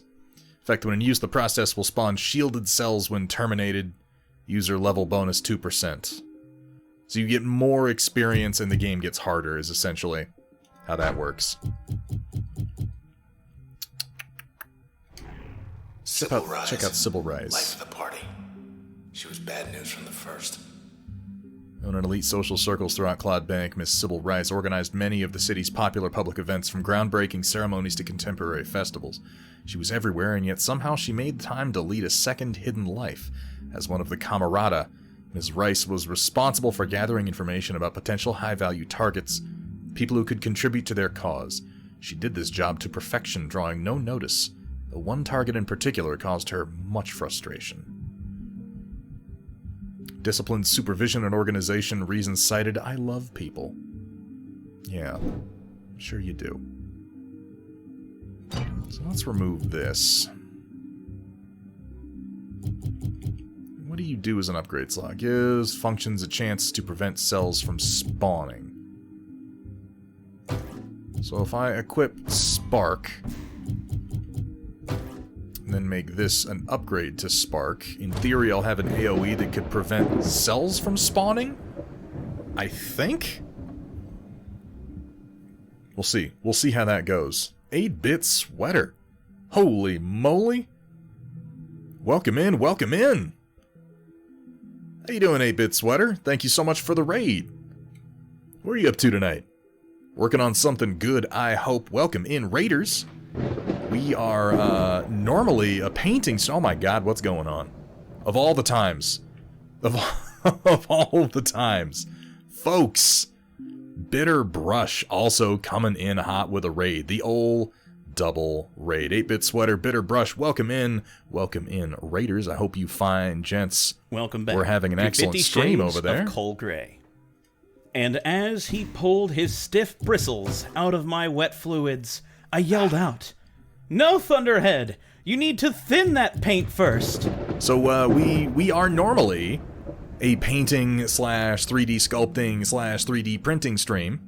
I was having some technical difficulties and some weather difficulties today, so we are playing Transistor, which is a pretty excellent game from Supergiant Games, who you may know as the creators of Hades, as well as Pyre and Bastion. And we're doing this because, and I honestly wish I had a picture of it set up so I could show you guys, we're doing this because in the immediate future I'm going to be painting a statue of the main character of this game, Red. What's the guy's name? Hell Creator on his Patreon recently did a statue and a bust of Red that are absolutely amazing. And I've got them printed out, and I am going to be giving them a priming pretty soon, and we're going to be setting in to paint that statue in oil paints in the near future. But that prompted me to come back and replay the game, because it has been since the game came out that it's been since then that I've actually played it.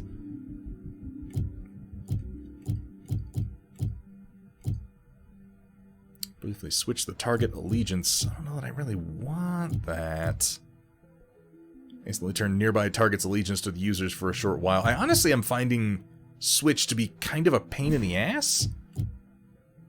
I might just leave it out, because it's confusing, and it prevents me from damaging things when they switch to my side. I kinda don't like it. So let's leave it out. Hey, Matt Yee, how you doing? Having margs and painting minis. Oh, shit. I'm under attack.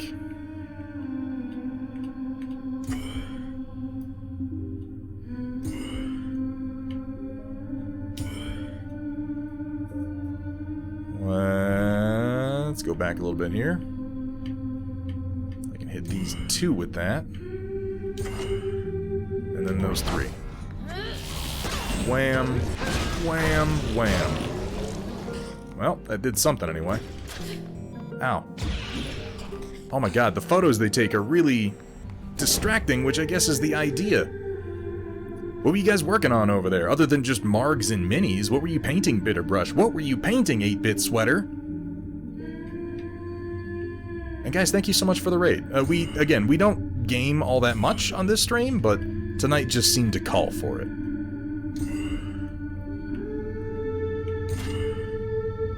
Let's go.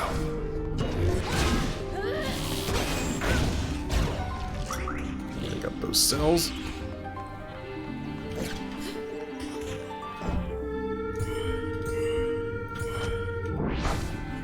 And 1, 2. All done. No sweat. Was painting the hamburger helper himself, Mortarion, the demon prince Let me get this of straight. Nergon. That is such a cool Camerata. model, isn't it? Chibi Dumpster Fire, by the way, thank you so much for the follow. Welcome to the stream, my friend. But you're just getting stronger. Dude, Bitterbrush, it was my pleasure, man. Hold on, I have a function file updated. Let's see what it is.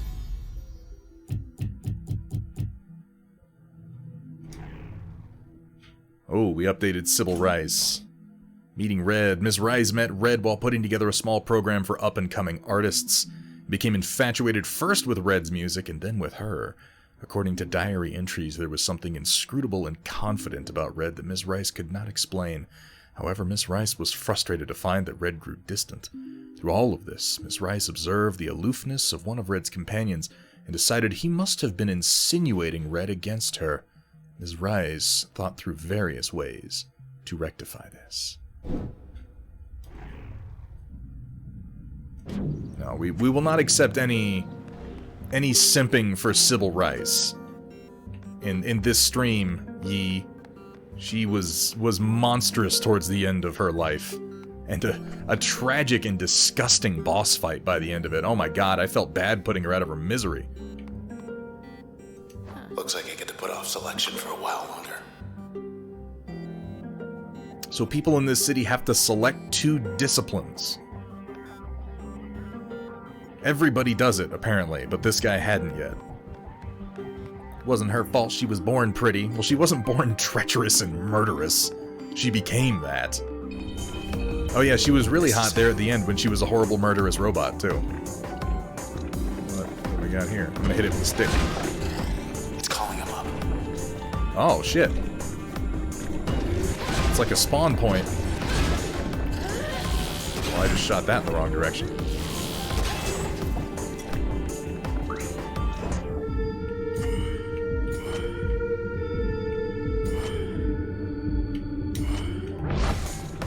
And 1, 2, 3.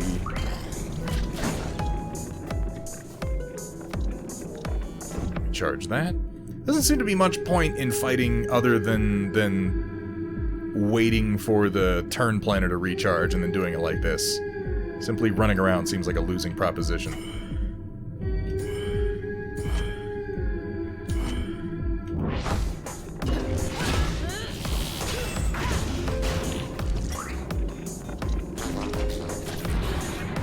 Ah, you bastard.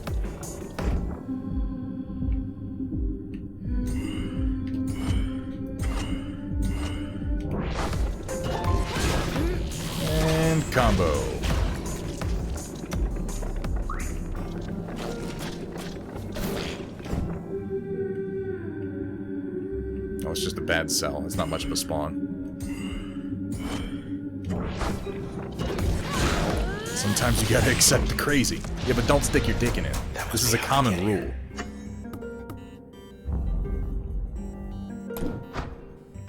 We better hustle. Visitors Bureau. Visitor activity this week, minus 97%. Gee whiz, I wonder why. You know, I've never once seen the Visitors Bureau open. Putting together flayed ones. Yeah, those, I haven't put together the new flayed ones. I haven't put together any flayed ones since they used to be in, like in metal. But they do seem like very, very fiddly, spindly models. High-rise is dead ahead. Across the canals.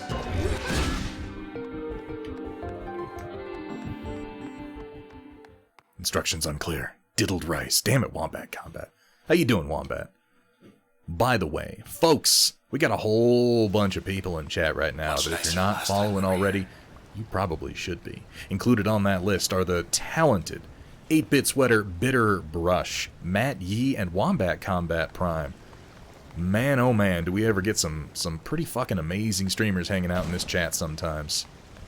It's good to see you, boys. And again, thank you guys so much for the raids. I hope you guys had fantastic streams. Hey there, little guy. You lost? Oh, there's a little process over No. there. We better move. He's just chilling. Doing whatever it is the process does. Get him. Oh, shit! Lobbing bombs is, I guess, what these guys do. Awesome. And then they run away. Look at their little legs. They're kind of adorable. Hey, get back here. Set.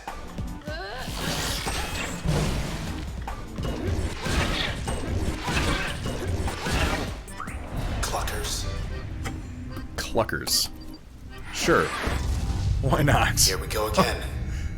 User level 5. Bounce or load explosive area effect.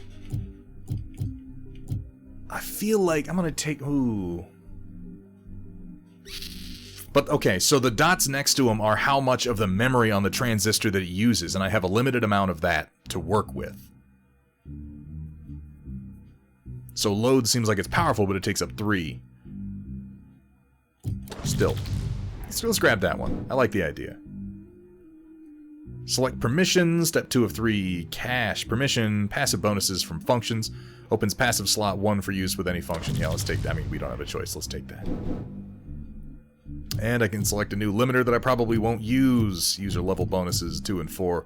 Strike with twice as much power, sometimes spawn twin cells from terminated. Actually, this doesn't sound bad. I might try that one. It's getting late. Spindly chicken legs and look Street like should be eggs. packed. Yeah, I mean, it follows a certain logic, doesn't it?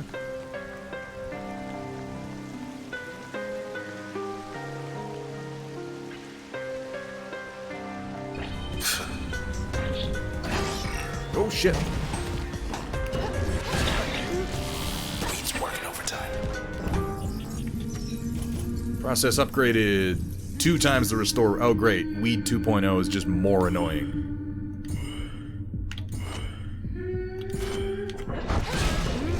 Bam, bam, bam, bam. Nailed Nope, him. not quite dead, huh?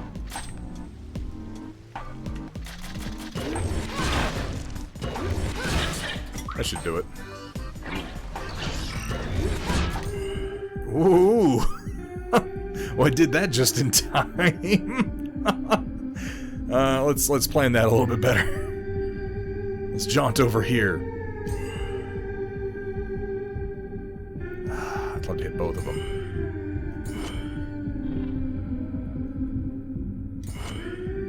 That'll do it. Take out the weeds. Oh no, the cells went all the way over here.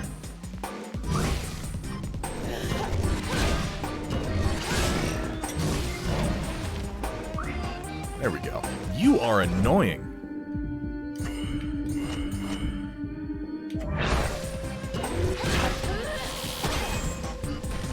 Still somehow unaccountably not dead.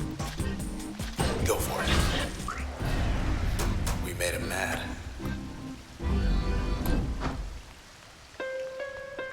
we got smoked, yo. Transistor 2, starring Snoop Dogg. Okay, now let's rethink our functions a little bit. Being honest, help doesn't seem all that useful, and it takes up 4, so I'm pulling that out. And let's see, what happens? Upgrade slot effect increases the area of effect. Upgrade slot effect, split and subdivide most functions. So what if I reverse these? I take load as my installed function, and then I make spark its modifier function, right? We'll form several multiple smaller packets at a time. Packet damage 250, blast radius 300, turret planning cost 50. Packets spawned 3, damage reduced by 50%. So it's less damage but more of it, probably over a wider area? Sure, let's try that. Now I can take this as a passive. Spawn a friendly bad cell when retrieving cells. That seems useful. I'm okay with that. Base damage 5, ally life 10, like basically nothing, but when I pick up cells I'm gonna get little buddies. Yeah, we can work with that. I like how the combat just gradually gets more complicated. Fine still. Sky last change, 62 days. Blue skies are a choice. Help create an unforgettable quarterly solstice by choosing your favorite evening sky color. The sky looks blue because we want it to. The sky looks blue because we want it to. Oh, he's quoting our favorite sky artist, who is now dead, or not dead, but processed and converted into a trace that is then loaded into the transistor. Is that, like, am I crazy, or does that not sound worse than death? We do have cobalt blue. That is an option. But I'm thinking, with all the death that we've had, a red sun should rise. I've learned this from Legolas. Still the best. Of course, it doesn't matter, because this vote only got 31% of votes. So, you know, yeah. Results will be posted in 6 more days, only 27 days till the solstice. Something tells me we're not going to have to worry about that. Now then. Back to the scene.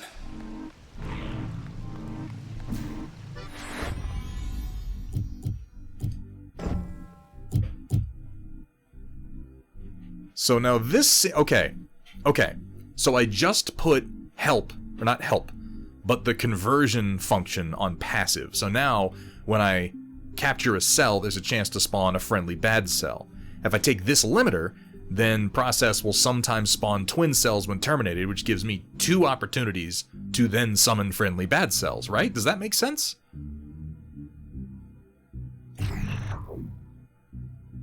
Let's try that.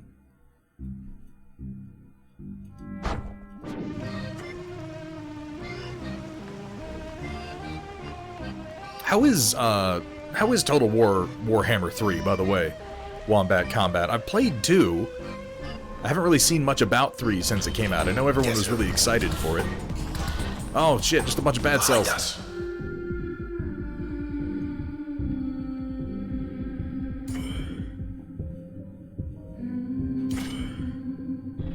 Oh! This will spawn a packet, which will then explode? I'm not totally sure how that's going to work. I'm going to pop one out and we're going to see what happens, though.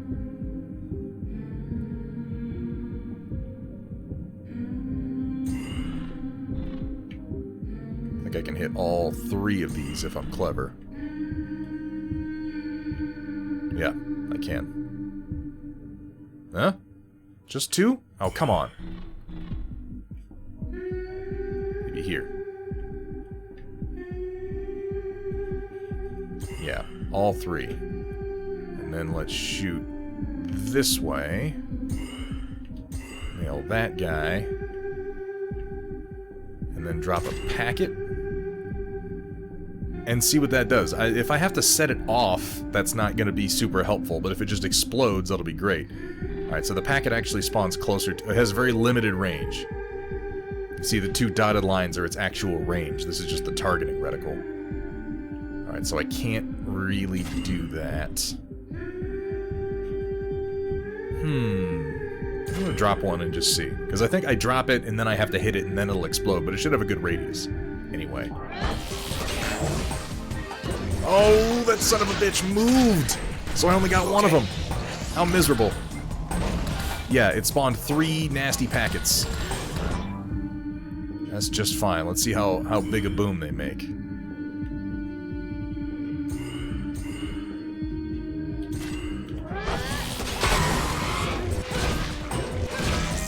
One, two. Those went over there and then blew up, and they did nothing. Maybe they're good against larger enemies. It's hard to hit the bad cells with them.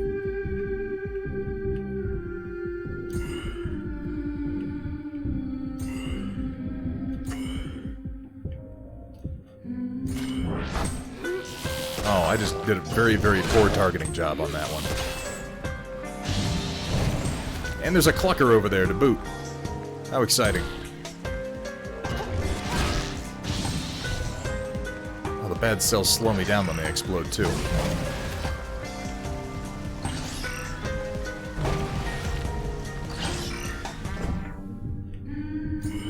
Knock those 2 out. Come over here. No. Come over here. Knock those 2 out. Bam. Bam. Gotta grab the cells. Ah, now I have friendly bad cells. Glorious. Ow.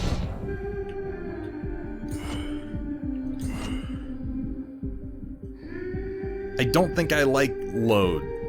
Summoning those packets is not the best. I think if I switch Spark and Load, that'll be better, because Spark explodes automatically and then Load will make that stronger. I do like the Realm of Chaos campaign more than the Vortex campaign. Is there a Vortex campaign also in... Well, I guess that makes sense that there would be.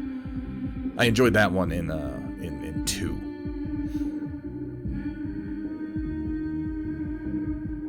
Slanesh's sword is whack. I feel like losing an opportunity to grab a soul is not worth it. I feel like I'm probably going to pick that one up just the second that it goes on sale.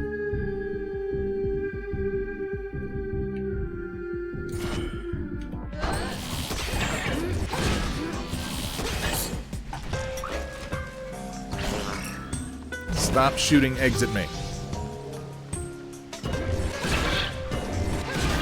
More. Golden. Oh, is it on... It's on the Microsoft Game Pass? I don't like this. Hold on, I want to try something. Hey! Is anyone out there? I thought so. Apparently not. Make sure I didn't miss anything back here.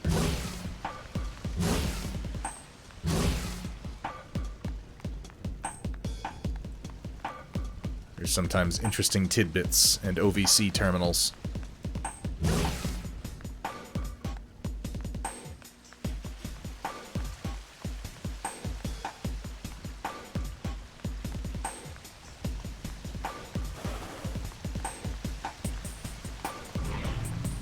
Function files updated 3.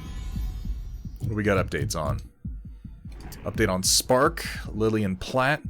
Actions taken. Personal records show Ms. Platt was preoccupied with certain rumors and urban legends concerning an unusual phenomenon cited in the northwestern corner of the city, and possible connections between this and the rash of disappearances during the last 12 months. So this has been going on for a year. For undisclosed reasons, she did not wish to involve the authorities. Her access to privileged OVC information may have contributed to her decision. Other records show she engaged in clandestine discussions with individuals claiming to have knowledge of the circumstances surrounding her friend's disappearance. She arranged to meet with them one night in an unmarked port near Goldwalk Bay. I'm gonna assume that that went just great, considering I found her fucking dead and partially processed in Goldwalk Bay. Switch. Farah Yondale. She's the one. Sky looks blue because we want it to. Administrative restrictions over the northwestern part of Goldwalk conflicted with the breadth of sky that needed painting. So this is the second reference to the northwestern part of Goldwalk being sealed off.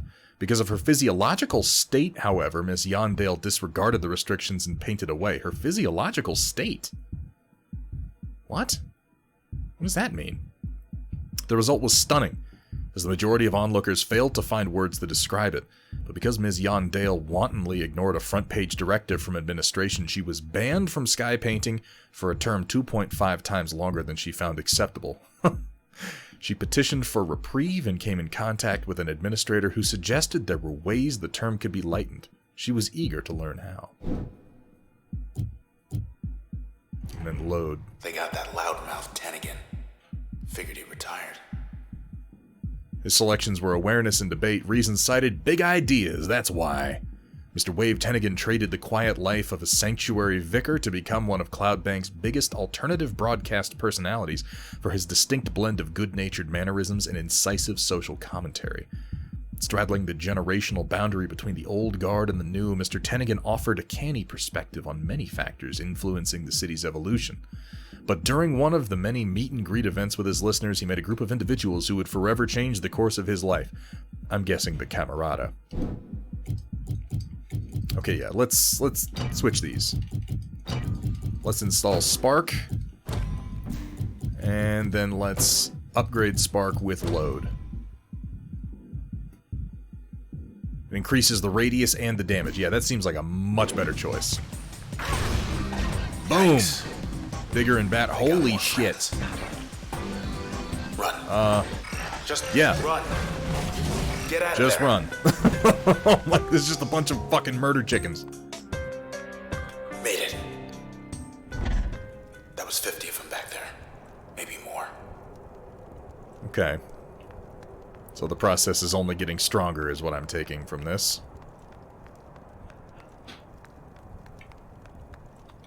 Red.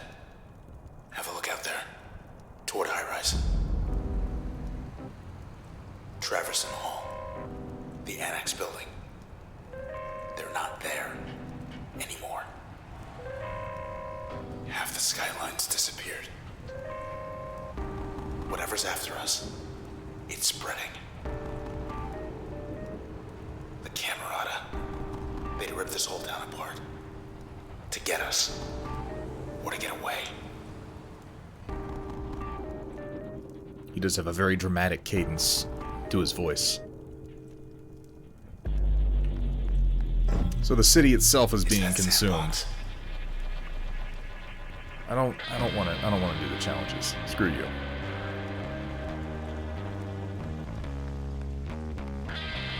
Process present? True. Seems like that's true everywhere. Time to dance.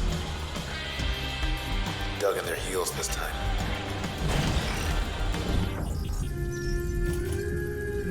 Cheerleader upgraded, new target amplifier.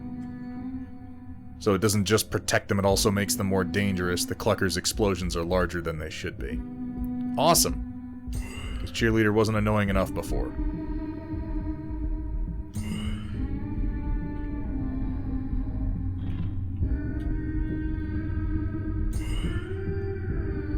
Oh yeah, the size of that explosion is much better.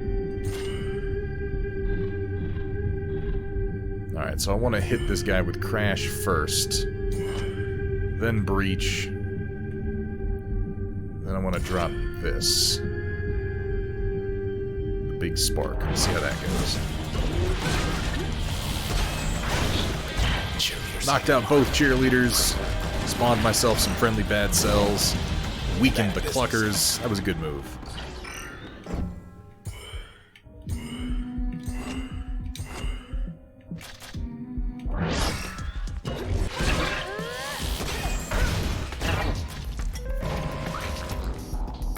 Go after this one.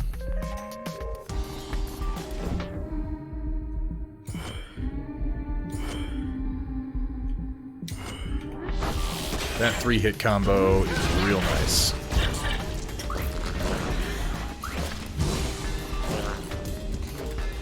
Yeah, Creep, deal with the bad cells.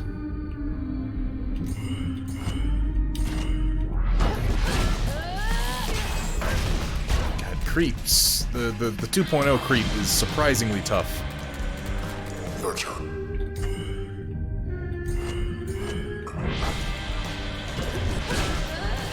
sure Creep 3.0 will be a walk in the park. Out of our town.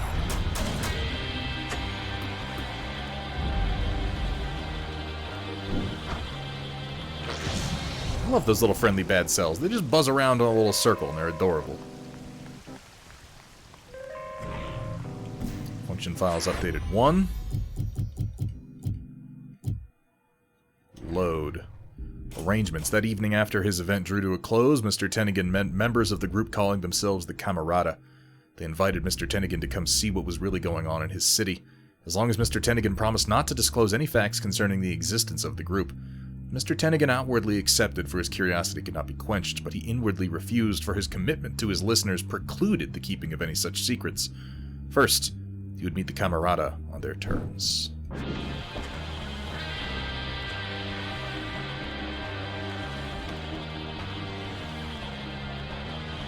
Good times, 74%. Oh, how I was precise. just thinking about the first time we went to the canals.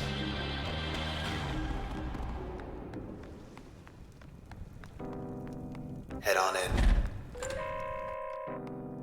Coast is clear. Persons panicked, 12,840. 13,073. 13,106.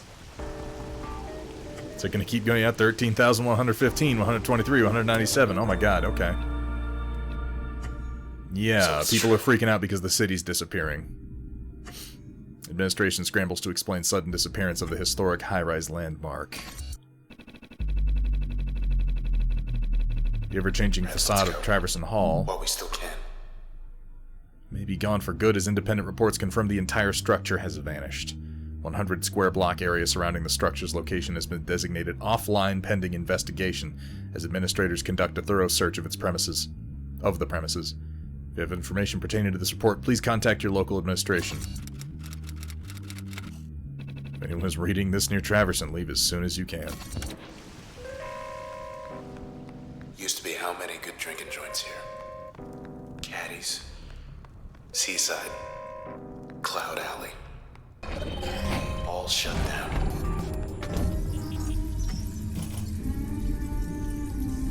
Two times clip size on the snapshot. Those guys aren't too bad. And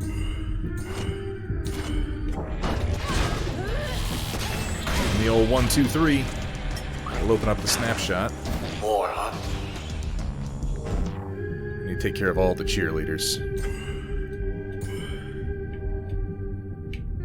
Doesn't matter if I hit the snapshot with this. It's not going to do any damage.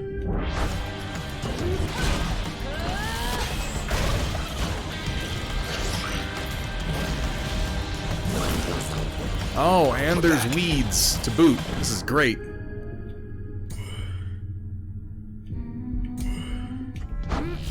Knock out all 3. Yep. Grab all those cells. Turn into bad cells. Be my friends. Wonderful. I have an army.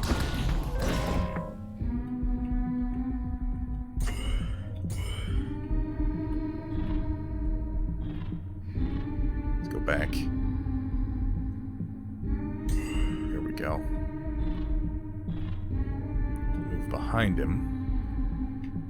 And target him. There we go. Get that backstab damage. Line that up so I can hit all the way through. And then drop one of these just for good measure. It looks like I can... No, I can't. Okay, I thought maybe I could damage the friendly bad cells, but I guess I can't. Oh shit, there's a bunch of them right there.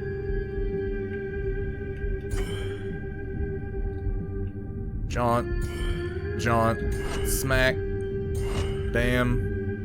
Have one of those.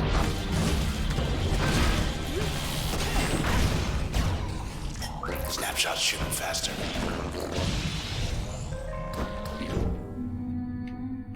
The friendly bad cells are nice.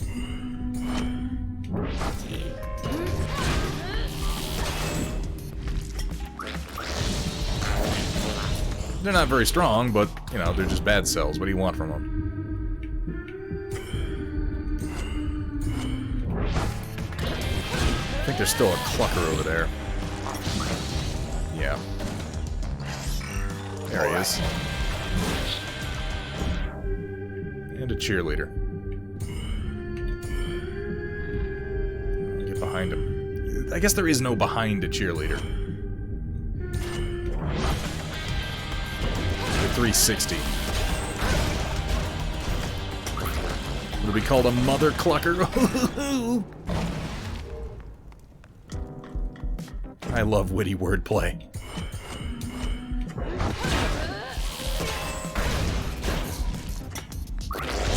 There we go.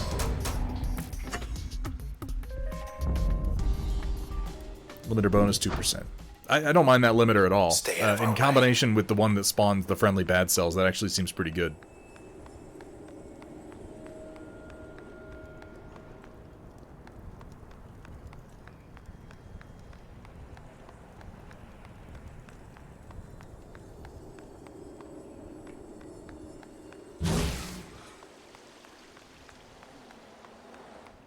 See this? Oh my god. This is what the Camerata want our town to be.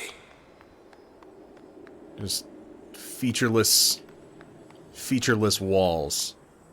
I have a half-baked thesis, by the way, regarding this game, and the fact that the Camerata are basically Disney, and the Transistor is basically Marvel Star Wars. And as we go along, I think it'll make more sense. I'll miss this place.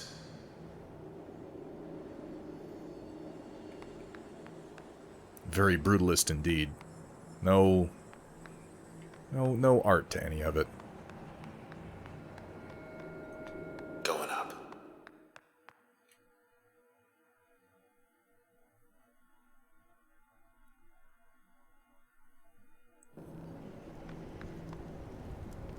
Ugh.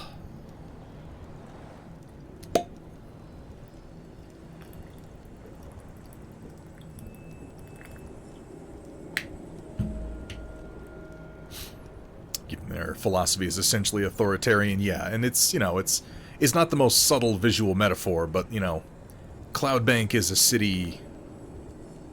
It's the perfect utopian democracy, but as a result, it's very, very conflicted. People are constantly struggling to exert their artistic influence on every single aspect of it, and as a result, everything changes constantly. Should be able to get up through here.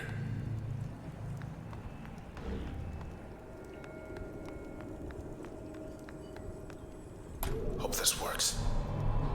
Which would be frustrating if you wanted literally anything to stay the same or to mean anything over a long Next period of time. High rise.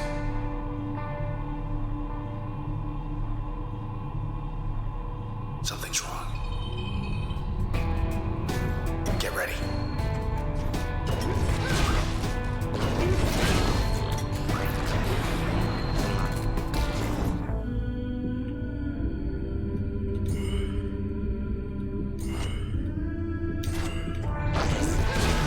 Knock out the weed.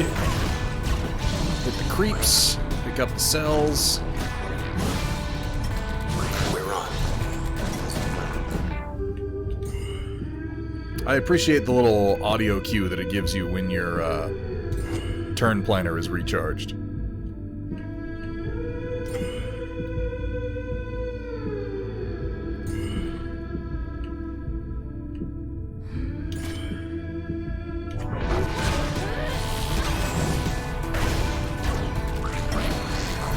Oh my god, this is like the worst place to fight anybody.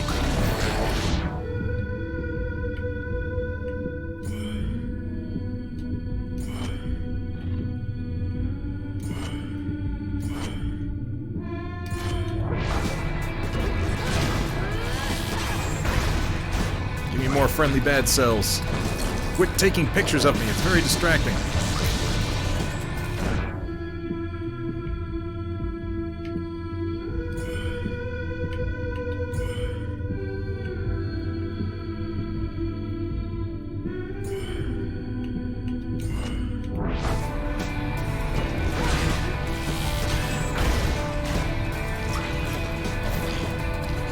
Oh, I'm just trying to stay behind cover. Oh, shit. Down here. Damn it, why does that block my jaunt? The wall's never blocked my jaunt before. That'll do.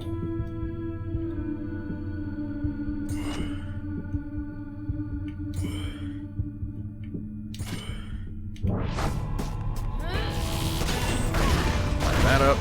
Hit him with the AoE.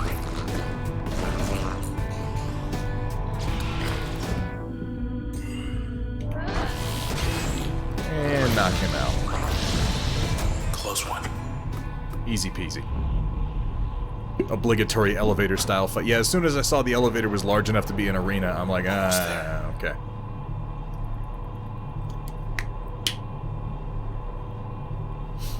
I think it's implied Welcome to High Automat. Rise. I think later even stated it was definitely what Sybil was saying when she was begging for the transistor back. They didn't mean to give up the transistor, but the transistor itself is a control mechanism for the process. So whatever it was the Camerata were trying to do is now out of control.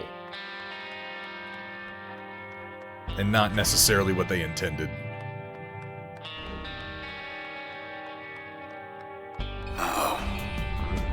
Heal. Oh my god, Stay. it's a murder dog.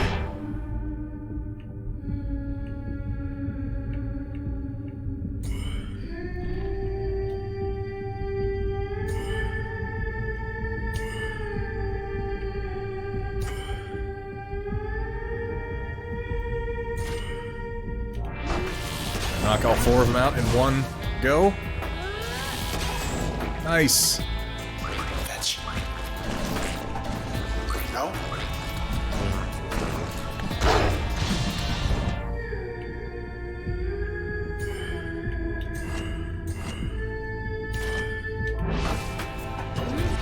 One, two, three. That's a good start. I like how he's occupied dealing with my bad cells. That is the best combination of things ever. I'm really glad I did that.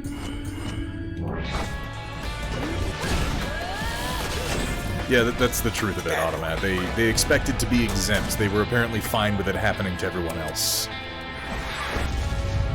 You feel that? Get. Magnetic rearranging. Force a target close to the user, stronger against distant targets. Make most functions pull targets out of position. Draw in cells faster and from farther away. That could be useful. Ping!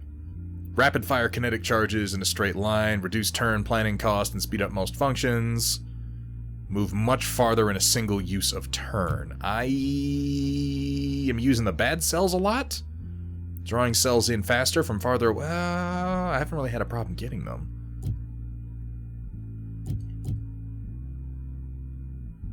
Being able to use turn more is definitely generally useful. In theory, I'll be able to pick the other one of this next time I level up.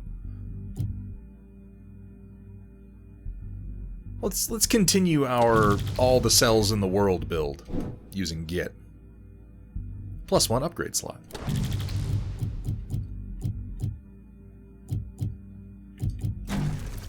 Let's put it on A. User level process will respawn from cells in much less time. User will lose access to 6 mem or more. Functions may be uninstalled. These seem like they suck. I'll take this one and then I won't use it. Let's keep Yes, my moving. little bad cell friend.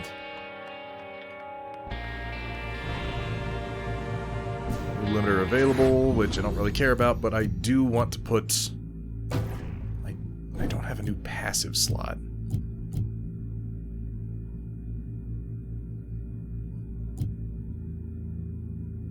I can put this as an upgrade for Breach at the moment, and that will let me pull people in along the line. Let's try that out. Used to be able to see the bay from here.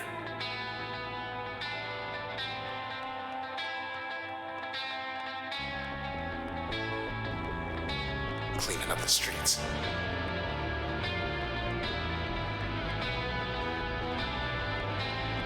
Might as well stop in. Terrace Apartments, vacancy rate 100%. Best view in town. Oh, this is my house. Tenant alias, Red. It's strange coming here. Like this. With you Can't and a imagine what sword. it's like for you. And a sword that also Well, at seems least to be a big Junction Jan's USB stick. delivered. Sea Oh, hey. monster fresh from the bay. The food I ordered actually got there. Flatbread delivery still going strong. Not so bad when it's cold. Not that I know anymore. Oh, she put his coat on him. That's Help yourself, I'm good. morbid. How incredibly dark.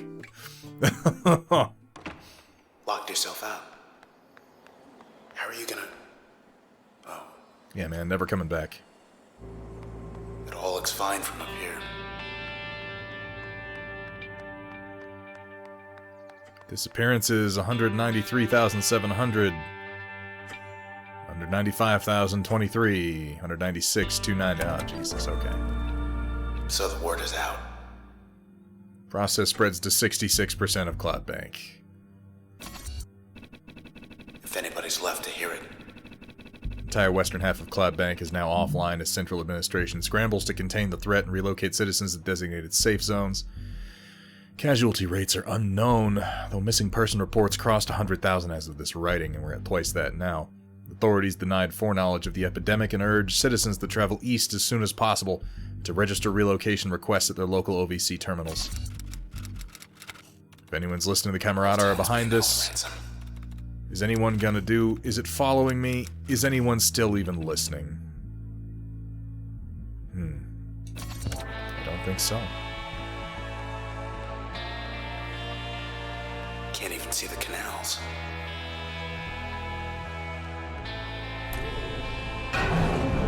Ah, Oh, Red, I'm starting to lose you.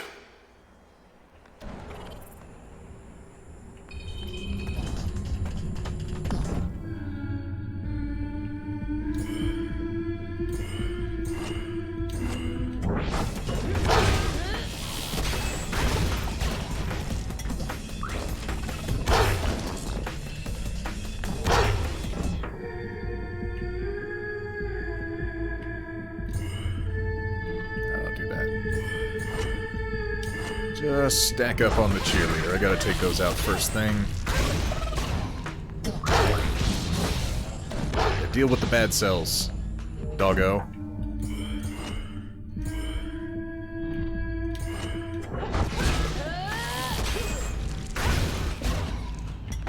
Oh, now I can actually damage everyone. Isn't that nice?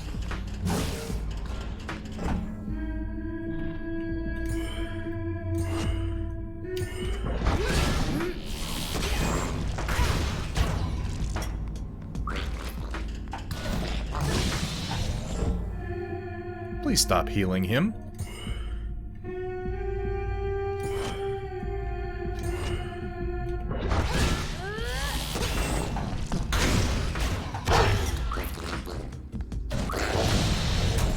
What happened?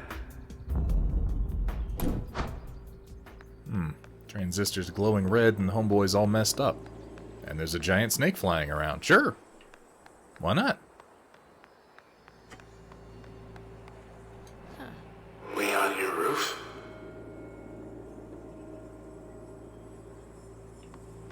Ooh, it is. It is indeed Ren. Give me just a second. I think we're about at an autosave point anyhow. Let's see, we got a function update. To what? Probably our latest one. Yeah. Bailey Galande. Gender X. Discipline selections, acquisition, and statistics to shape the present and the past. Ms. Bailey Galande was never one to follow the pack. Due to a variety of social challenges she experienced early on, she grew to care much more about the past than about the future. While this preoccupation at first made her reclusive as a person, in time it flourished as an invaluable skill, which put her at the forefront of the movement to fundamentally rework the city's outdated and incomplete archival system. Then one day, Ms. Galande received a message from her local admin branch extending her a pre-approved opportunity to be head of the city archives. She accepted on the spot. So each and every one of these processes, these functions, are people that the Camerata targeted, that Sybil then drew in, and who they then processed. And converted these artists and these thinkers into functions that were then loaded into the transistor itself. Never thought much of the high-rise. Far from the water. Then I found out you lived here.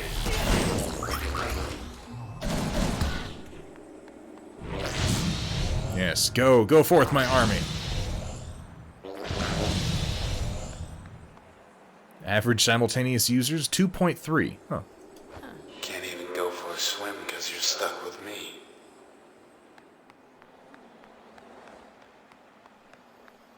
Think anybody else? And get to the next zone transition and we'll go ahead and do the is storm in here report.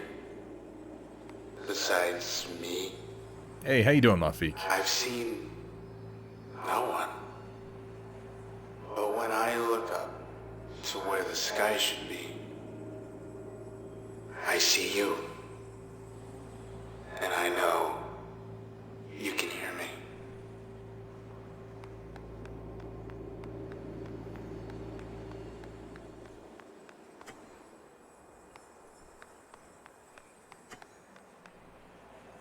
Going all the way up to the top of that tower out there. He sounds drunk.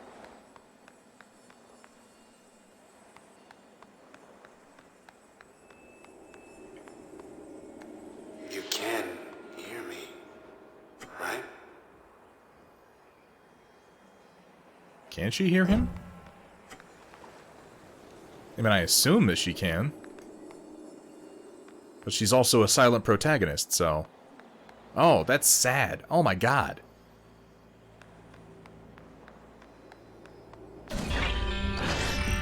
Watch out. Think you stepped in something? New anti-chasing trail. Oh, they leave a slowing trail behind them now. Isn't that nice?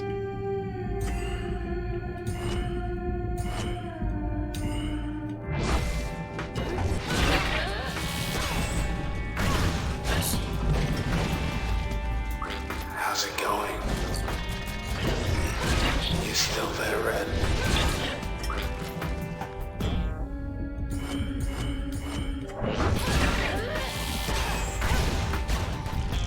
Oh, good.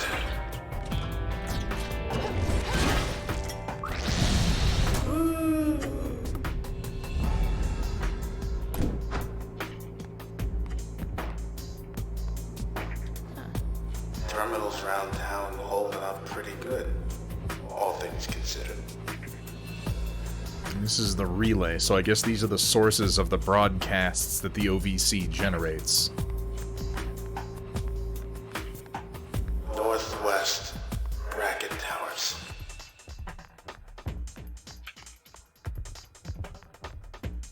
You know those white walls been popping up? I kinda miss those.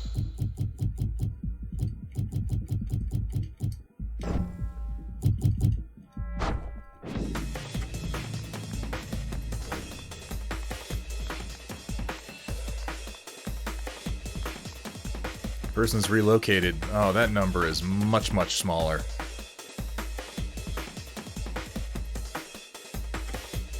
At least it's going up. Well, Your input is needed to expedite relief in case of emergency. Central Authority urges all everybody's individuals packing it up for the country. to provide relocation preferences as soon as possible. Narrow search, higher quality, wide search, more results. I mean, yeah, we're getting the fuck out of here. Wide search. Unknown error occurred. Please notify We'll local notify administration. our local administrator. So for the first time, OVC is actually starting to break down. Off we go again.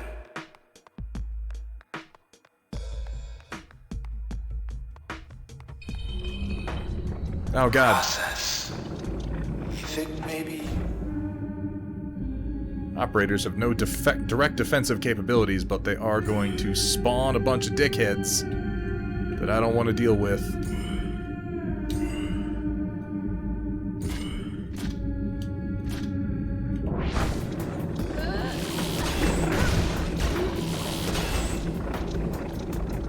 They're afraid of heights?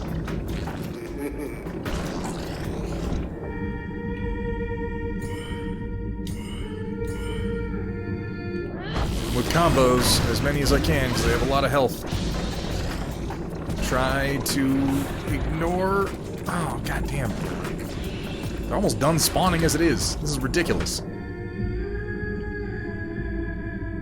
And they spawned a cheerleader. Oh, joy.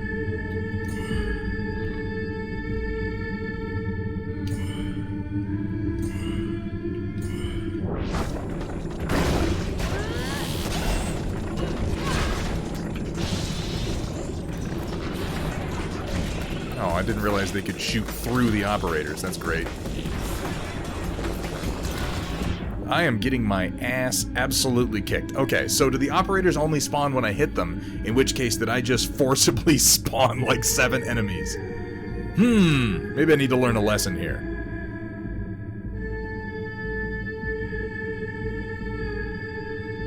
I think that is maybe what happened.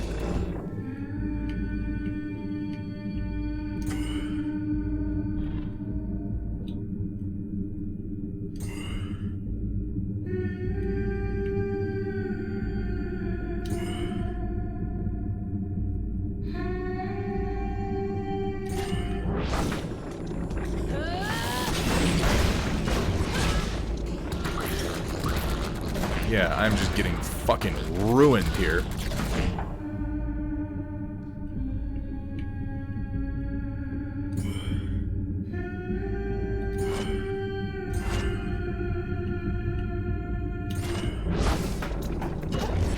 I think it's because I hit the operators so many times so early.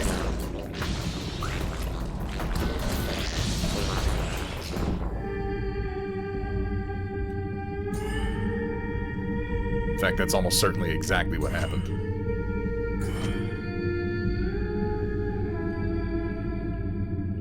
Because that one up there I've only hit a couple of times. Alright, so the strategy for dealing with operators then is to hit them... Oh great, I lost Spark. Is to hit them with high damage attacks. Oh, that just turned into a fucking creep! Oh my god! So that they don't spawn as many. Because if you hit it 10 times with weak attacks, then it's going to spawn 10 people. If you hit it 1 time with a high damage attack and do a whole lot of damage, it's going to spawn less.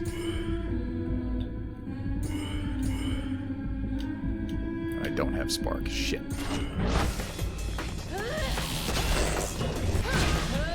That sucks, because I was kind of depending on that for a lot of damage. Oh, and there's nowhere for me to hide. And I've lost Breach. Oh, I'm gonna die.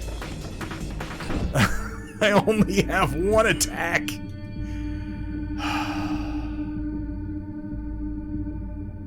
I've got Jaunt. I guess that's something. So let's... No, don't hit the operator. We've been over this. Hitting the operator is what gets you killed, idiot. Knock these 3 out. Oh, you hit the operator anyway, because you're stupid. Great. And it spawned in another bad cell.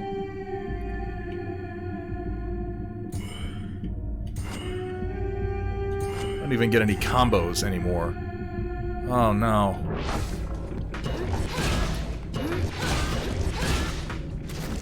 Maybe I can get some friendly bad cells? That would be nice. Oh, now I'm stuck on one side of a wall. Oh, how am I so bad at a game that is this simple?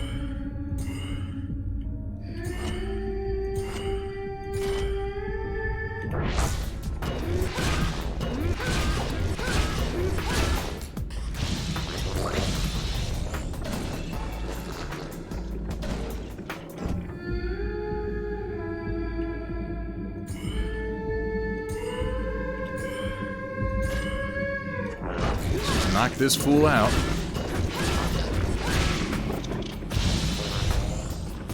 I only have the 1 attack left to hit this thing with. And it's gonna spawn 6 more assholes. No? Now it's not spawning anything. Maybe I don't grasp how the spawning mechanic works at all.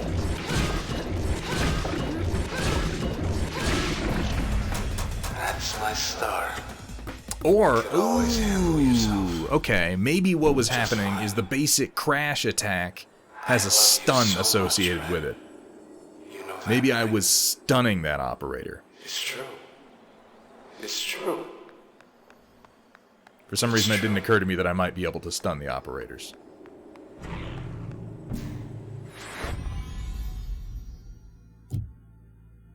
Need one more access point and I can bring these back. He's telling me I have a function file updated, but it's not telling me which one.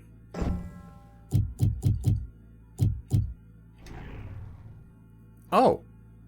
Oh, the limiters have lore too. Designation Young Lady. We haven't fought any of these for a while. Most embarrassing. Though I must admit I can't explain this one's rather conspicuous appearance, specifically its resemblance to the body of a woman. Now, mathematically, there's a chance this is coincidental, but there's always a chance.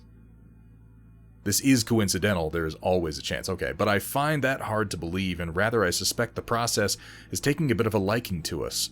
It started taking on some of our quirks, like how one might subconsciously assume the mannerisms of a friend. And at any rate, this one is very unusual, very much so, and rather temperamental too, so I've yet to gain a sense for all her intricacies. Royce.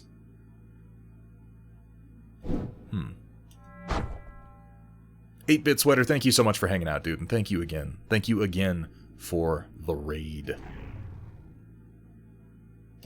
You have a great night, my friend. Get yourself some sleep.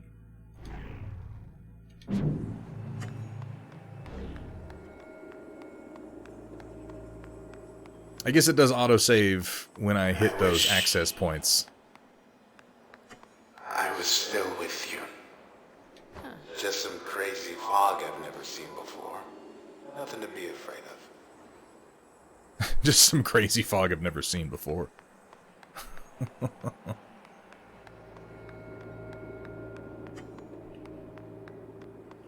Maybe now they'll quit building out the rest of the block.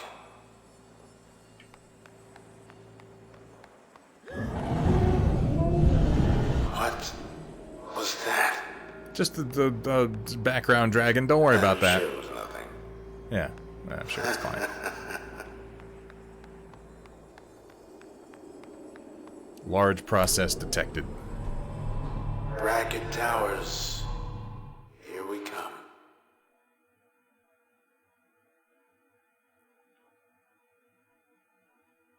He does sound quite drunk. It's not clear what's happening to him.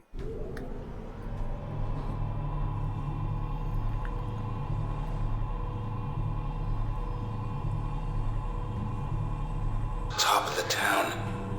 Alright, I feel like we're at the end of this section. This tower's changed 1,000 times. Like there's about to be a boss fight. It's gotta be pretty old. So we should probably stop here, is what I'm thinking. Oh, but there's blood over there. What's I wanna know what's going on though. Hang on. Every time you cast a vote in this town, it gets tallied, sorted, somewhere here. That's a fun little Easter egg reference there. Maintenance access code 0451. Anybody? Anybody?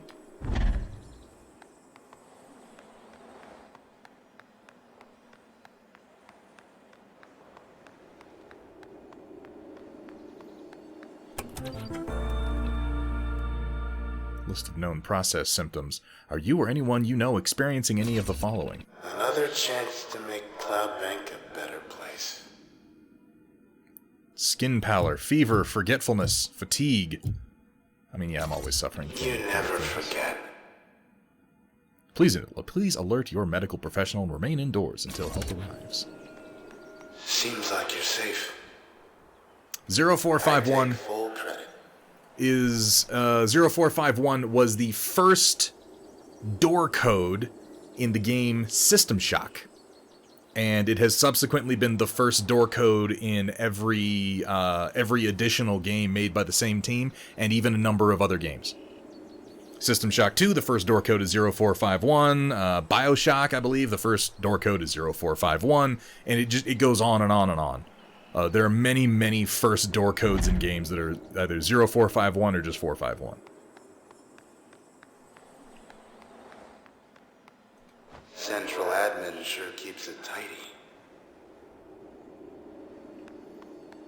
Yes. Yes, White Wolf. I just wanna... I just wanna... The spine of the world. Okay. Okay. Okay. Fair enough. We're at a decent save point. We come back to this and we'll launch into our confrontation with the Camerata at the administration towers. And, you know, whatever the hell that giant slug thing is that's flying around in the background, which that seems exciting too.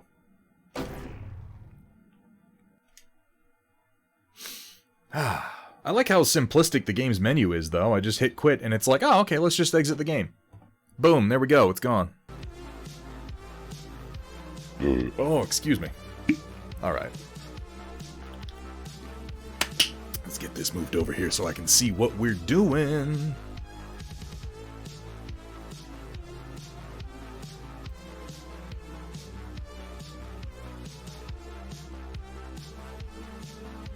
From the internet, 451 shows up in so many video games because that was the door code to Looking Glass Studios in Cambridge, Massachusetts. They kept using it in their games. It has since become a running joke. Looking Glass Studios? Was there studio door code? When was that? So maybe I have the origin wrong. I know the first one that I know of is that it was the very first door code in System Shock. Which that was what, like 96?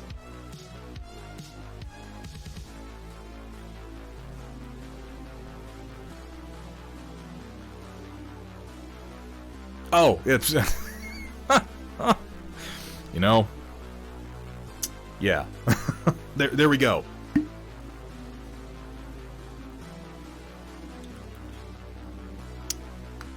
Okay. So the origin is with System Shock, but that's not technically the first example. Well, I guess in System Shock is the first example of it in a video game.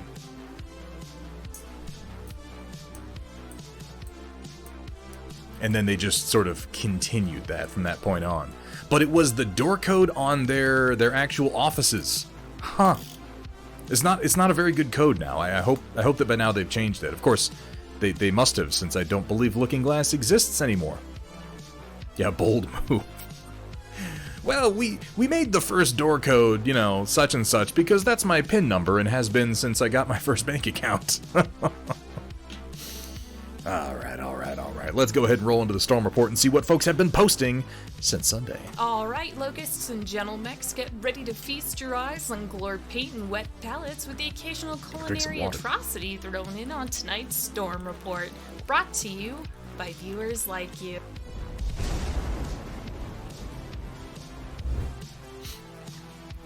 Well, I appreciate that information, Dwyer Wildstar, because I had not looked it up that far.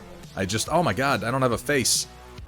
Whoopsies. I forgot to rearrange this for gaming mode. Hang on. We can fix this. Hey, there we go. All better. I thought I had that programmed into my Stream Deck to switch those cameras around, but I guess I didn't. Alright.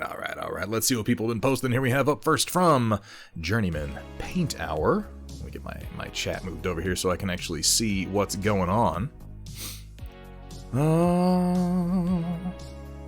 Waiting on some models to come in for the next project, but did get some Tetras to go in my studio aquarium. Beta was initially skeptical, but after a bit, everyone seems to have calmed down and no signs of aggressive behavior. Pretty sure my Beta thinks the Tetras are his loyal minions now. Based on the usual attitude of a beta fish, yeah. He's like, well, they don't seem like a threat. Serve me, and you can prosper, little fish. Move this over here so we have a more centered view. There we go. Yeah, chat just reset, I think, because I moved the box on the previous one.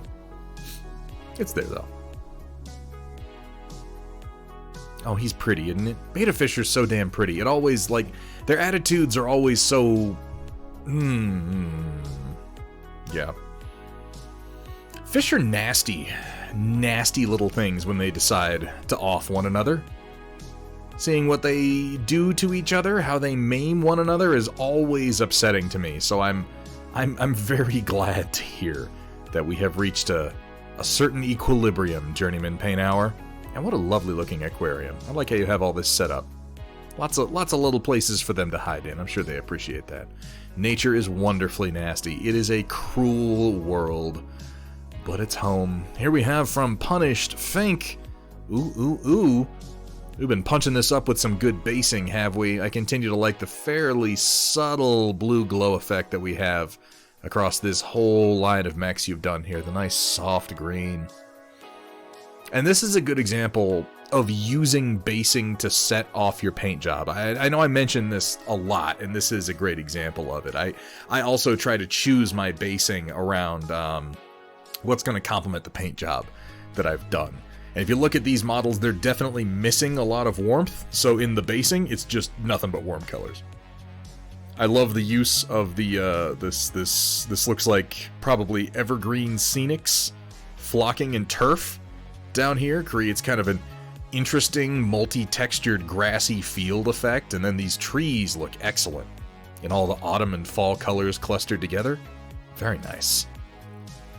I quite like these. I think that this is always... Oh, is he knocking the tree over? Is that what's happening here? This is falling forward? That's kind of cool. Putting trees on bases, you can wind up in situations like this where it kind of goes in front of and obscures part of the model. And, you know, as long as you're planning on doing that when you do the paint job, I don't think it's a terribly big deal. It certainly helps to sell the scale when we have him peeking up over the top of it like this, but it's something I personally try to avoid, and you wind up in a lot of situations like you have with the crab here, where it's just kind of stuck roughly behind him, so it's still on the base but not obscuring anything. Either way, it looks fantastic. Yes, flamboyant, that's a good word for it. Our Placostomi, our trolls, like to dig things up. Placostomus are interesting fish. Very, very interesting indeed. This is lovely. This is really, really lovely, Punished Fink. You know, I liked these paint jobs to start with. But, as I said, this is a fantastic example of how if you use your basing intelligently, it can improve the look of the entire model. And being able to add these colors... Because, I mean, like, the greens and the blues look more vibrant and more interesting when they're balanced by the oranges, the reds, the yellows. And again, I love the texturing, the combination of like turf, flocking, and static grass that we have here on the base. Really, really nicely done. Here we have from Mafik, still trying to get myself back to drawing while I have some of those model kits I haven't shown yet. So there's a work in progress of it while toying around with Barbatos Lupus. Bonus pick in the thread. My obligatory mention of the fact that I haven't actually finished watching Iron-Blooded Orphans, and I really probably should. I really should. Tanith first and only 3D models coming early. Wait, what do you mean? I know that Games Workshop is... They either have done or are doing a plastic kit for the Tanith first and only. Okay, 3D models, a Kickstarter, someone doing their own. Honestly, I'd probably rather 3D print someone else's sculpts than get the official ones, if I'm being totally honest. You can already get some pretty good sculpts out there if you want to do Blood Pact or Sons of Sek, who are some of the only, like, Traitor Guard Legions that have any flavor whatsoever, thanks largely, I mean thanks entirely, to the writing of Dan Abnett, who I maintain is one of the most talented pulp authors who has ever done any work for the Black Library. I like how they're standing astride your sketchbook here, Mafik. That's a nice touch. I really do need to finish this one. The Barbatos is it's a very, very cool mech. I always like Barbatos' weapon, because it's just a giant mace scepter thing that also has like a pressure-driven spike that comes out of the end of it. It's a spear, mace, hammer, club scepter. Kinda. It's a bizarre weapon, but I love the way that he uses it. And it's a really, really well-designed mech for, like, you know, just having a big stompy robot and having it move around all super agile without that being an actual story element is always a little bit jarring in these shows. But it is worked into the anime itself. First of all, in the pile bunker, is that what they call it? I can't remember. It is worked into the story and into the visual design specifically of the Gundam, that it is extremely flexible and extremely fast, and the reason that the pilot of Barbados is able to maneuver it as nimbly and perfectly as he is because he's got those spinal jacks, which were incredibly dangerous to have put in, and he had done as a kid. Well, he still is a kid in the show, really. And I appreciate that about it. When they show him doing crazy acrobatic maneuvers in his robot, they have other characters go, that shouldn't be possible, holy crap. And it's nice. He's had it done 3 times. Yeah, I can't remember the exact numbers. I think they do it mostly to children because they're more likely to survive the process, and the more of them that you have put in, what are they called? Vijnanas, there's some word that I can't remember that's associated with the spinal jack. It's like Vijnana? It's a made-up name. Anyway. But yeah, they put them in children forcibly, which is horrible. Because I guess older people can't have them done. And the more that they get put in, the more responsive their system is, but it is more risky each time they do it. And our main character, yeah, he's got 3 of them. Because he's an anime character who doesn't value his own life. That's just how anime heroes are. Alea Vijnana, yeah, it's something like that. Gundams are basically demons that are immune to beam weapons. It has like a dual reactor or something? It's been a long time since I've watched Iron-Blooded Orphans. I'll probably start over at the beginning and just finish the whole thing. I liked it. I thought that the spinal jack system in the human detritus children was broadly more interesting than the new type storyline.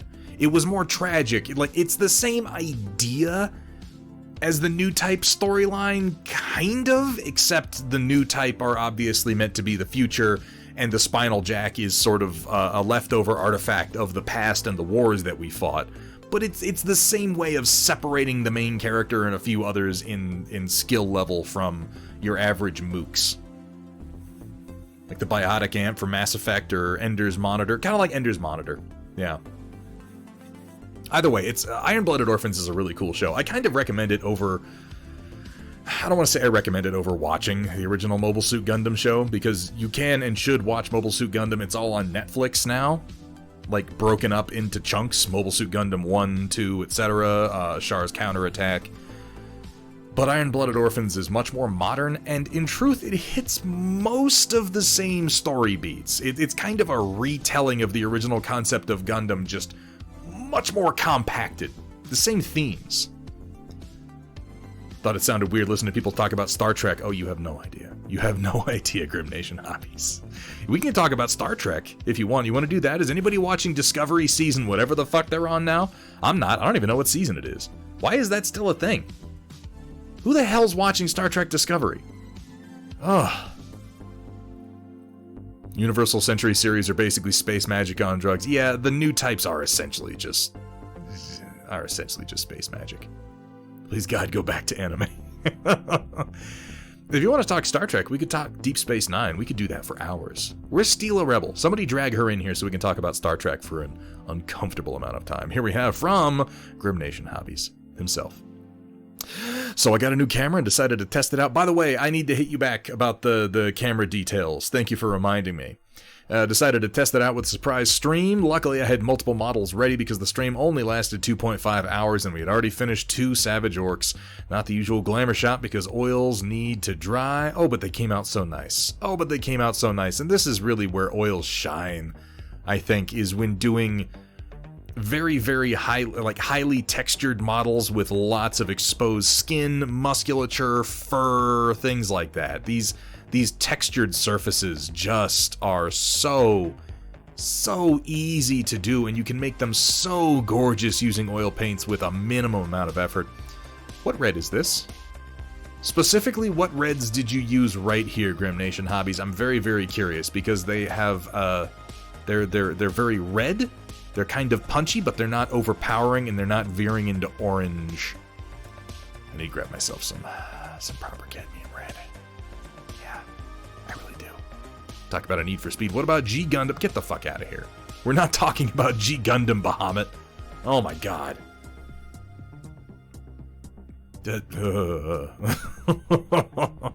Base of magenta worked up with cadmium red light. Okay.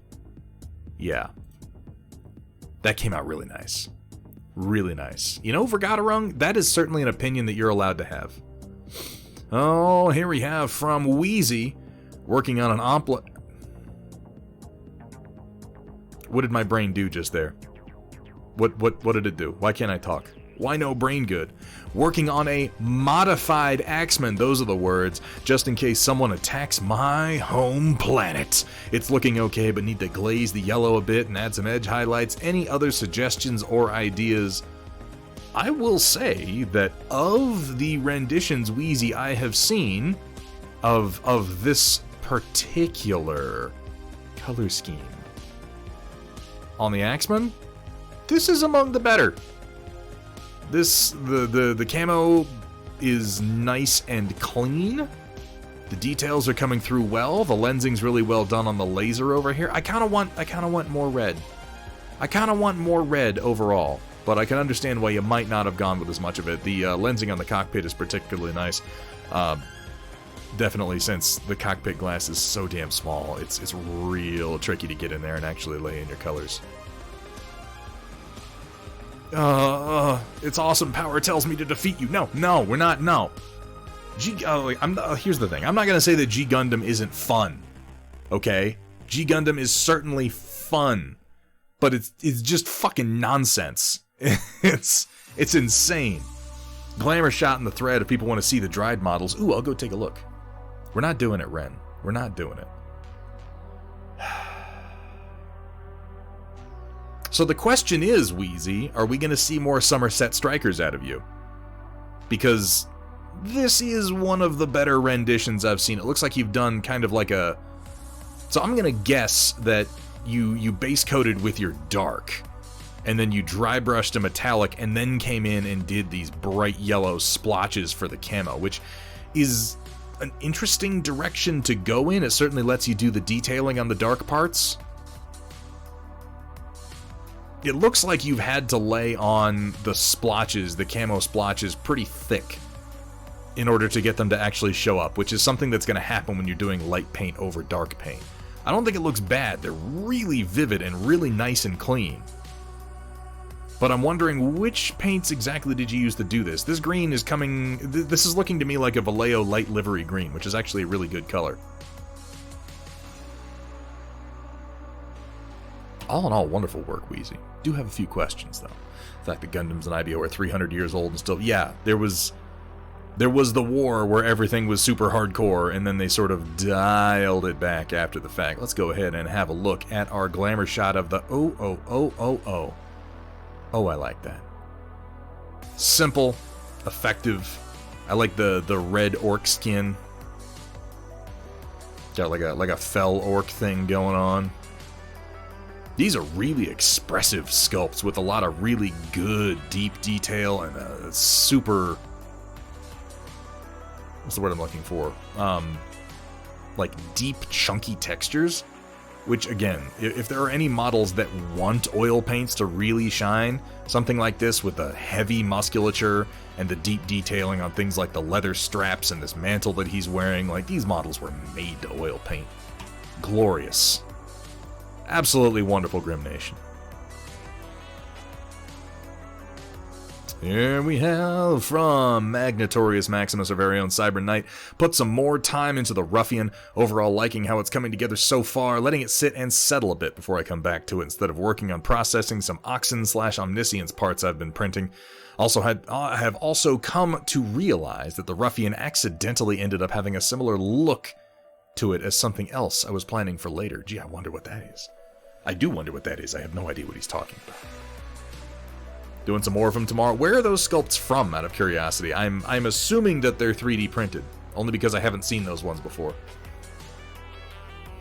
And yeah, Mafik, the Gundams and Iron-Blooded Orphans were like super overtuned, weren't they? Like Barbados has 2 reactors in it.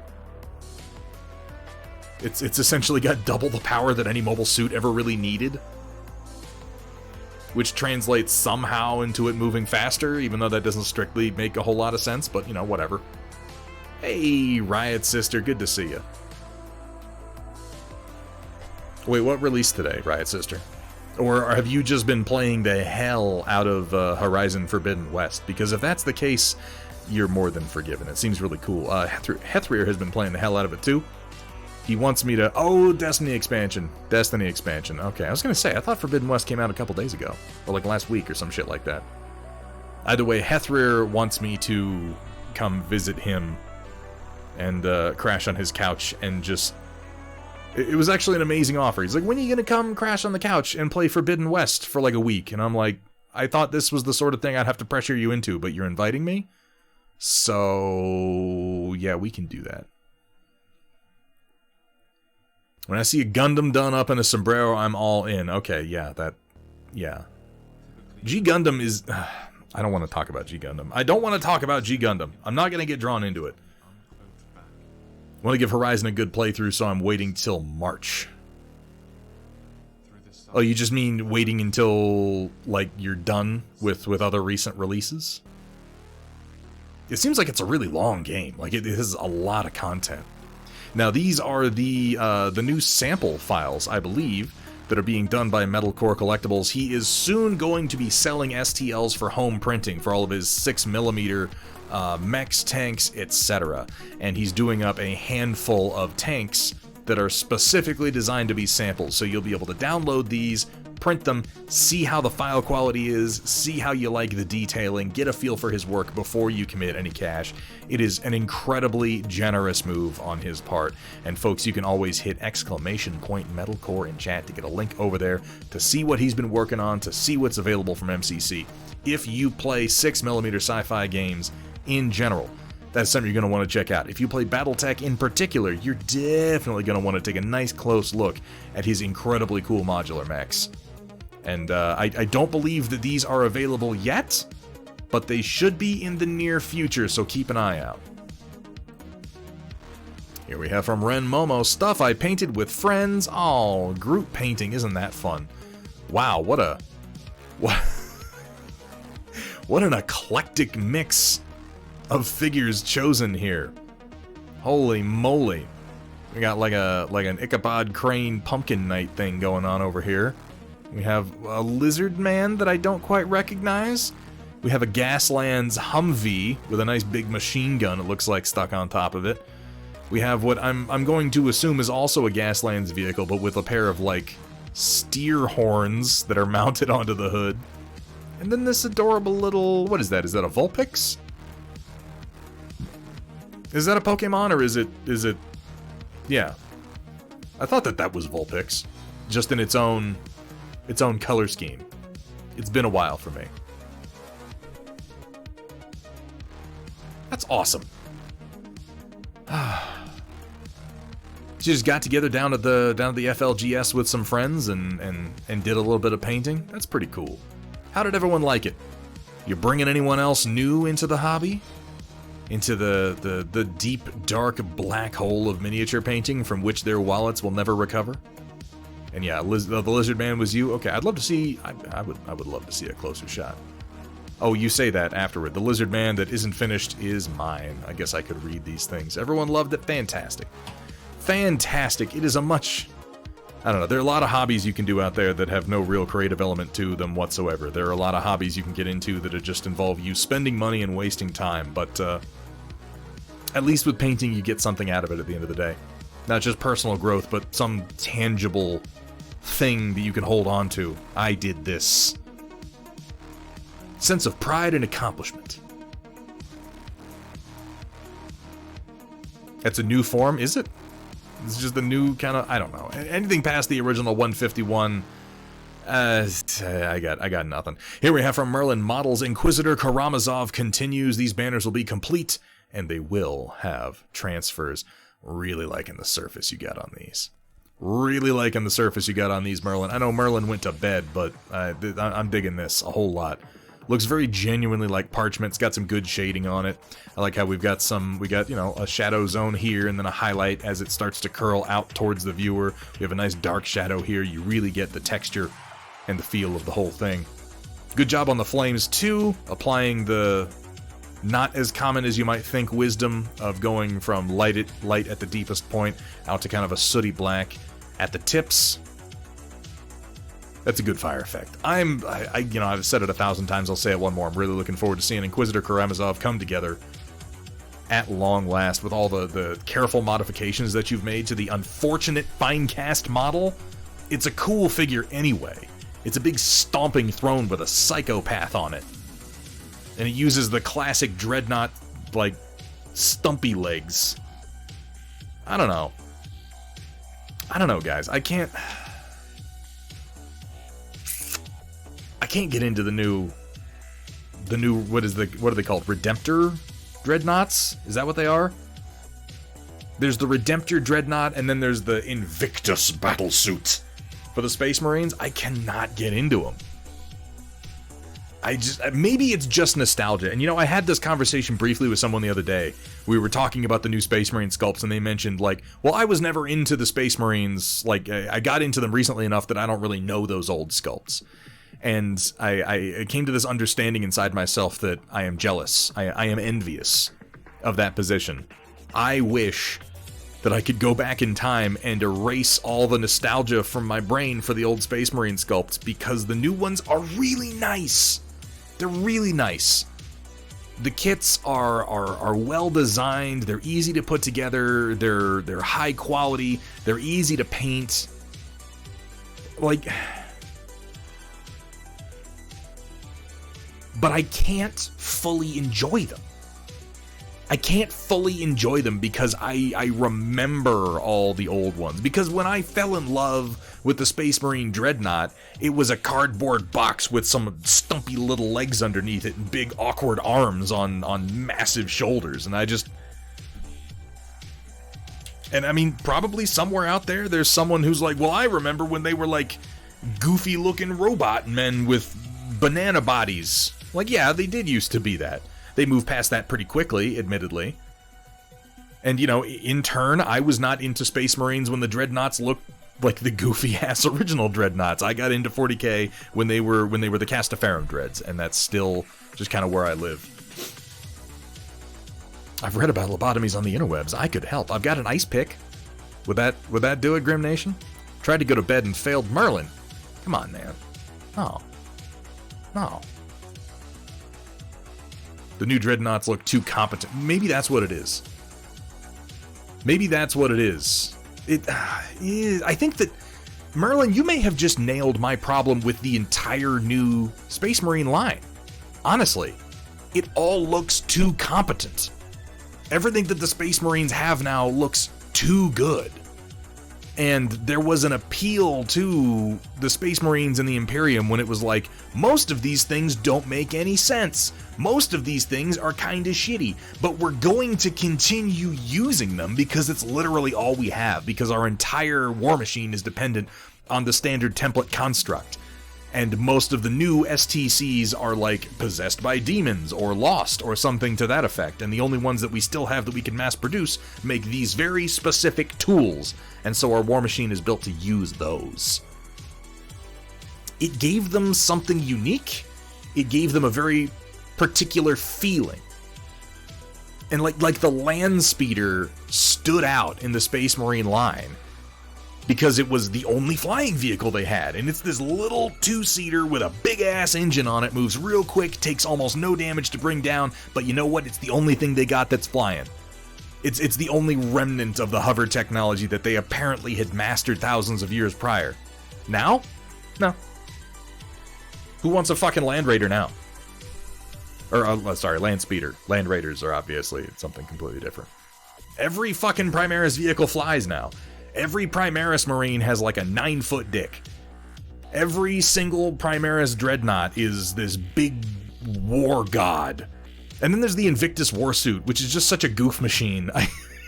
I don't get how the Grey Knights, what were they called? Dread Knights? I don't get how they got as much shit as they did for their design, and the Invictus Warsuit gets a pass. I don't get it. I do not. The baby carrier design was not substantially worse than the... What is it? It's just like a roll cage with a Space Marine inside of it. It is the goofiest thing. And then it's got big robot arms, and it's got, like, guns.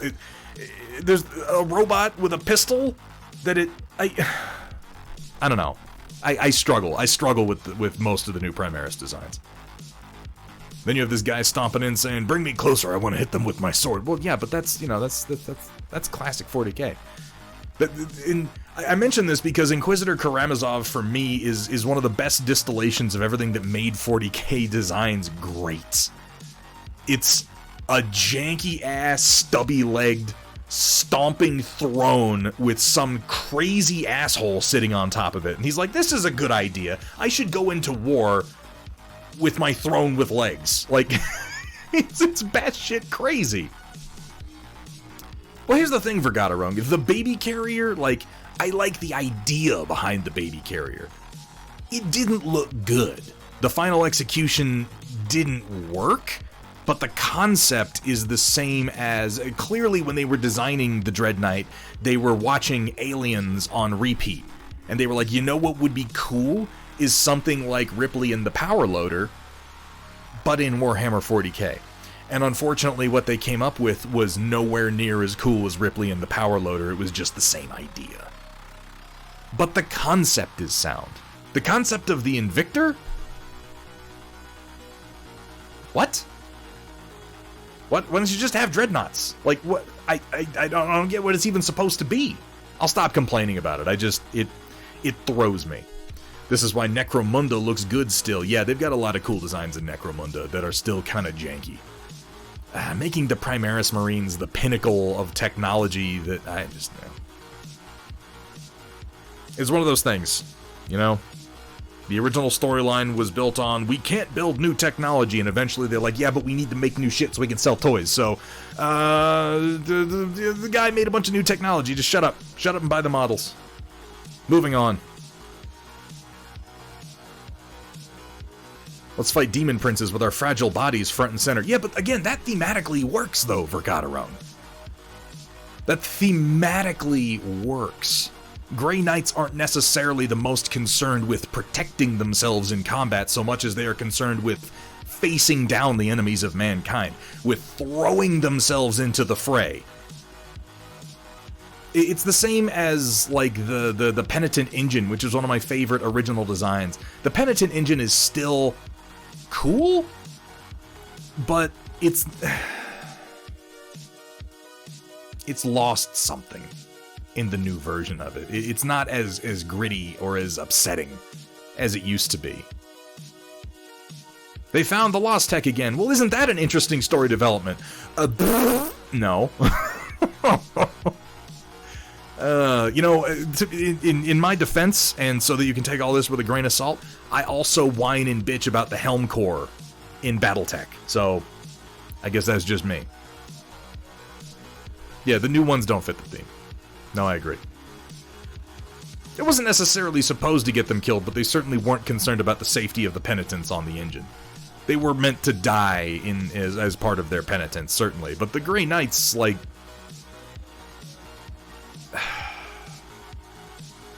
I could keep going, but I feel like I'm way off topic at this point. So lost watching the stream. Star Trek, anime, tabletop games. How can you be out of the loop on tabletop? Grim Nation hobbies. If you're going to be painting minis and you're not versed in the finer points of Warhammer 40k, all I can say is fucking run. Don't ever read anything about it. It's a goddamn trap, dude. Get out. Get out. Just stay as far away from it as you can. It's so horrible.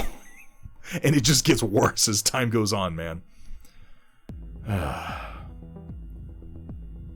By your standards, why have Imperial Guard? They're barely a step above a Nurgling or Grot. Wait, hold on. It's about knowing you're screwed and saying, fuck you, I'm not gonna curl up and die. Exactly. Spitting in their face despite the fact you know you're screwed. Rage. Rage against the dying of the light. Absolutely, WJ. I am 100% on board with that. It's the same reason that Space Marines used to... Most of the old Space Marine chapters were... And obviously there's more reasons for this, but most of the old Space Marine chapters had bright single colors as their color scheme. It's why I like the Imperial Fists with their bright yellow. Space Marines don't fucking hide. Space Marines aren't about wearing active camo cloaks and sneaking around, outside of a very few particular chapters who were themed that way. But they were themed that way because it set them apart from the standard Space Marine. The predominant default position of a Space Marine is to walk into the middle of the room wearing bright colors and go, hey, I'm over here, let's fight. Because I'm a fucking Space Marine, because we don't hide. And nowadays they all have camo cloaks and half of them are being painted in olive drab, so whatever. They're all so tactical now. Yeah, I might have. I mean, it's technically on topic. We're looking at a really cool paint job Merlin is doing on one of my favorite sort of early 2000s sculpts from Warhammer 40k. New stuff is them trying to leverage the old stuff into a more serious direction. And money. You couldn't criticize them more sharply if you tried, Vergaderung. I feel like you just captured it better than I did in my, however long I've been rambling. They're trying to make Warhammer 40k more serious, and I just, let's just say, since they've started to do it, my interest level has just dropped right off. 40k shouldn't be serious. 40k's a joke. The universe of Warhammer 40k has always been a joke. It was a big, dark joke. Everything about it was funny and ironic, and it's like over time I don't want to say they've forgotten it. Clearly they haven't forgotten it. I think the fans forgot it or never bothered knowing it. And Games Workshop has just been like, well, people are taking it seriously, so I guess we are now too. And, it's just not fun anymore.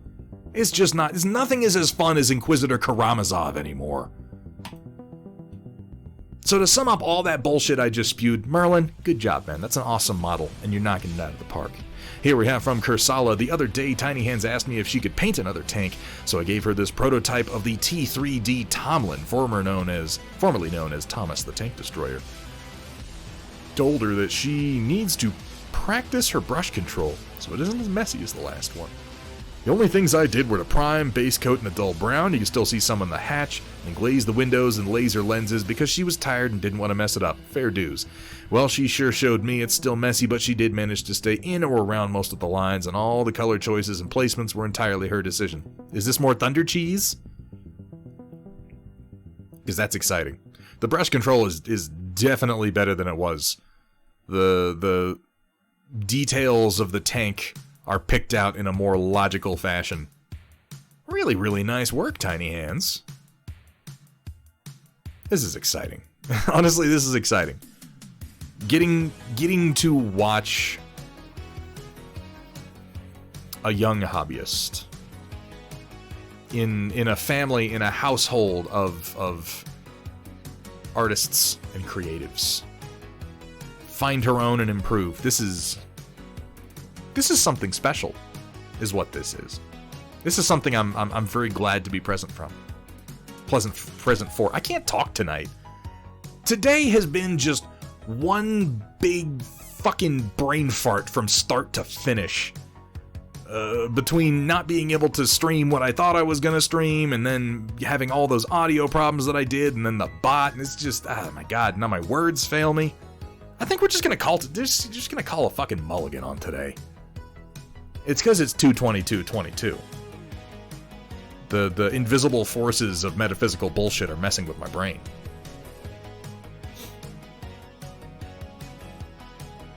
This is a different kind of cheese, but I don't remember what it was. Definitely see where she got tired after the yellow and orange on the sides. Well, okay, I should note this for Tiny Hands. You chose yellow and orange. Those are hard colors to paint.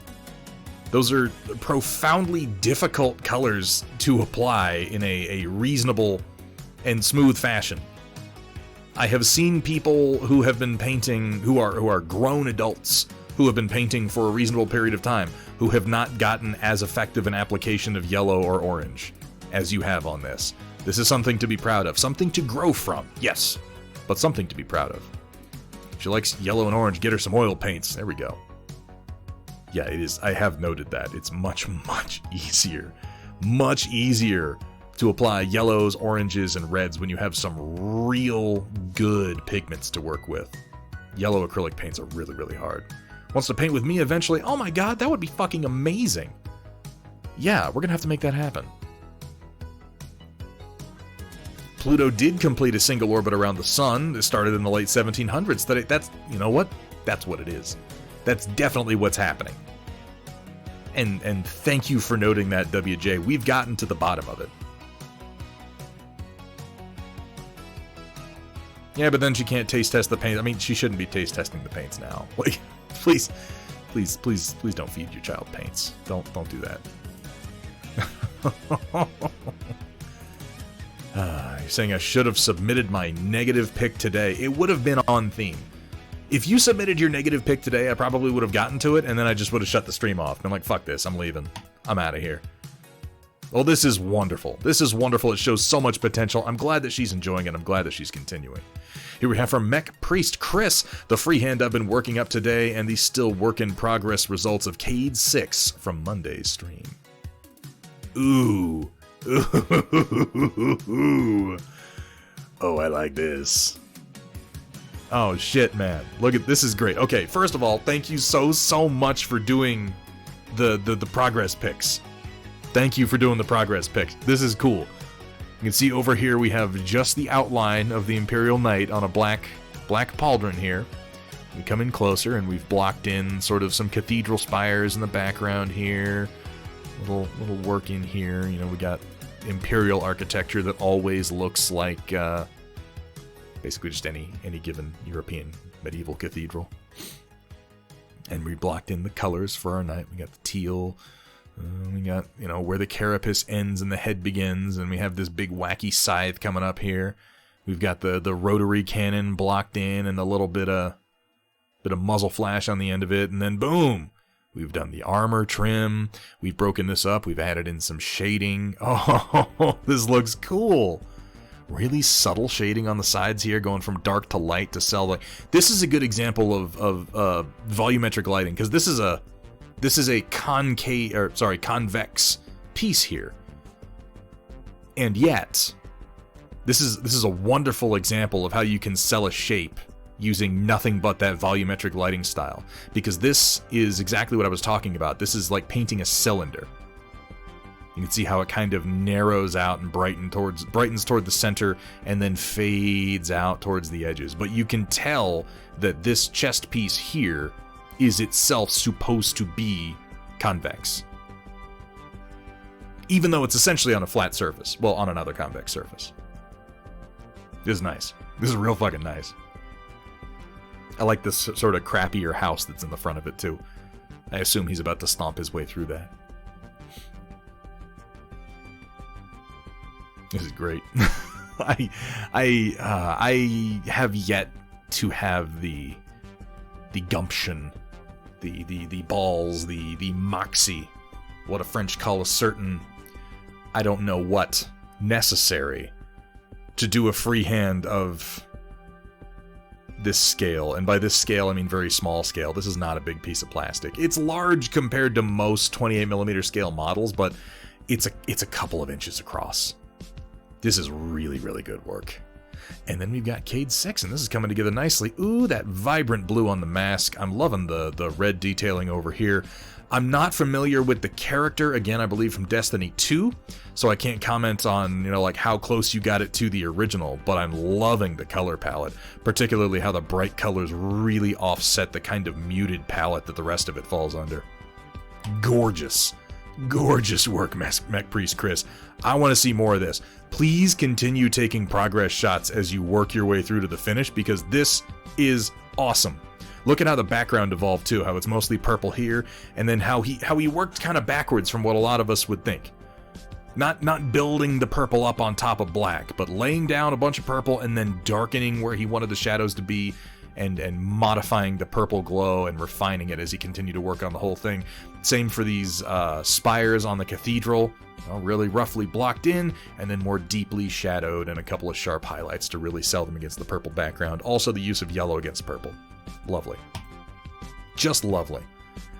Alright, let's come down here. We have from WJ. Forgive me, I bought Total War Warhammer 3 and gave Sega/CA and Games Workshop my money. I'm very sorry. Don't apologize to me. Apologize to all of humanity. Apologize to capitalism. No, don't applaud. Don't do that. That's a terrible idea. I mean, capitalism thanks you, I guess. Here's my Demon Prince so far. We'll probably not change the gear after this, as the final tier 1, tier I am on, not tier 1. Tier I am on is Chaos Undivided.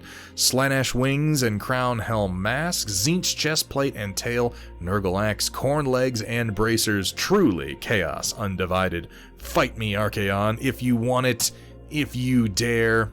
What a sweet helmet, though. He's got like a fantasy RoboCop thing going on. Apologize for fine cast. Look, there are people who do need to apologize for fine cast, but they're not me. This is pretty cool. I've played some of Total War 2, not even a whole lot of it, but it looks like they've added a lot of interesting stuff to Total War 3. I've heard a couple of complaints, but I don't know enough about the game to know how valid they are. So I'm going to kind of wait and see how that shakes out, and I'm probably going to grab this when it comes up on some kind of discount on Steam. So you have a mouth on the end of his tail. That's awesome. That's awesome. Also immediately makes me mourn for Rune Wars. Man, they had just released the big old threshers, and they had tails with nasty gnashing mouths on the end of them. They were awesome. Yeah, I am excited for Darktide. Darktide does seem fun, only because Vermintide was a lot of fun, and Darktide is just Vermintide, but in 40k, and I'm totally into that. I am totally into that. Here we have from Kursala, we got our next shipment of bottle supplies. I wanted to show off 2 new colors we're using, lemon yellow for limited edition colors, and black for mediums. Well, now I have to collect all the limited edition paints. Why'd you have to go and do that? Why do people have to go and create limited edition things? Don't they know that makes me want them and want to spend more money? Oh, wait, they do know. Oh, shit. You don't suppose that's why they do it? Oh my god. My mind is absolutely blown right now. Just give your bank account to Kursala. Tiny Hands will keep it well taken care of. Tiny Hands would probably spend my money more responsibly than I do. Tiny Hands would not be up at 3 a.m. on like 3 mugs of fucking coffee, utterly delirious, hitting buy it now, next day delivery on Amazon Prime. Oh god. Already have limited edition ones. Only one so far is Mystic Thunder. Oh, yeah, I do have that one then. Fantastic. Limited edition kind of turns me off since I don't want to like something only for it to go poof later on. Yeah, do not get addicted to the limited editions. Certainly. It's fine if something exists as limited edition. I can't word today. Limited edition because it's difficult to make. Or it's not something that you want to commit to producing full time, but it was kind of something that was, fun or a neat idea in the short term. But it's different when smaller groups do limited editions than when like Games Workshop does it. When Games Workshop does a limited edition, it has literally, non-perishable is fine. I agree, because you're not going to use it up. But speaking of non-perishable limited editions, Games Workshop does them specifically to manipulate your brain and make you buy things. That's the only reason. They don't have to at all. They're creating artificial scarcity because it's fun, but it's ultimately acceptable because they're making toys at least. Here we have from Jungle Plague. Okay, Thunderhead, how do I blend better? Just take my time more? Glaze? I'm pretty happy overall. Kind of accidentally got a cartoony look which looks sharp on the table. Just want to get better in this style. So, there are a couple different ways that you can blend using acrylics. First of all, this looks fucking great. Like, this looks really good. It is kind of a cartoony, blocky style, but that's good. That's actually a really, really good thing because the details stand out really well. I love the lensing effect that you have on this. I love it. It's so expressive. I know people get into doing the more complex lensing effects these days. I know a lot of people are really, really sold on the Duncan Rhodes method. And it looks good. I think it's interesting, particularly since it wasn't done as often before that. But this, to me, looks better at tabletop. Exactly, Vergaderog. This, to me, looks better at tabletop distance, which is, again, where you're gonna see your mini from most of the time. Nintendo does the same thing with false scarcity. Yeah, Nintendo's pretty much evil, though. Mystic Thunder was made from leftovers of all the metallics with a bit of extra white. Well, that explains that, then. Yeah. I think that, like, I understand you wanting to get better at blending, too. So if you want to get better at blending, the first thing that comes to mind, which is a non-answer, is try oil paints. But, okay, if you don't want to try oil paints, what are the answers? Look up the two-brush blending method. There are a lot of videos online of how to do the two-brush blending method. It is not terribly complex. It is time-sensitive. It does take some practice, but it is a great way to get smooth blends in acrylic paints. Yes, and Vergaderung, you're also spot on there. Getting a drying retarder, the use of retarding agents, and flow aid. Those two things are going to be your friends. You can pick up like bottles of flow aid and drying retarders from most art supply stores to use with acrylic paints. And even just one drop, it does exactly what it says. It just makes your acrylics take longer to dry. And if it takes longer to dry, you're going to have an easier time with the blending process without having to rush. Now, the problem you're coming up against here is a problem that I personally solved in my painting methods by completely switching to a different type of paint. So my answer might not be the best.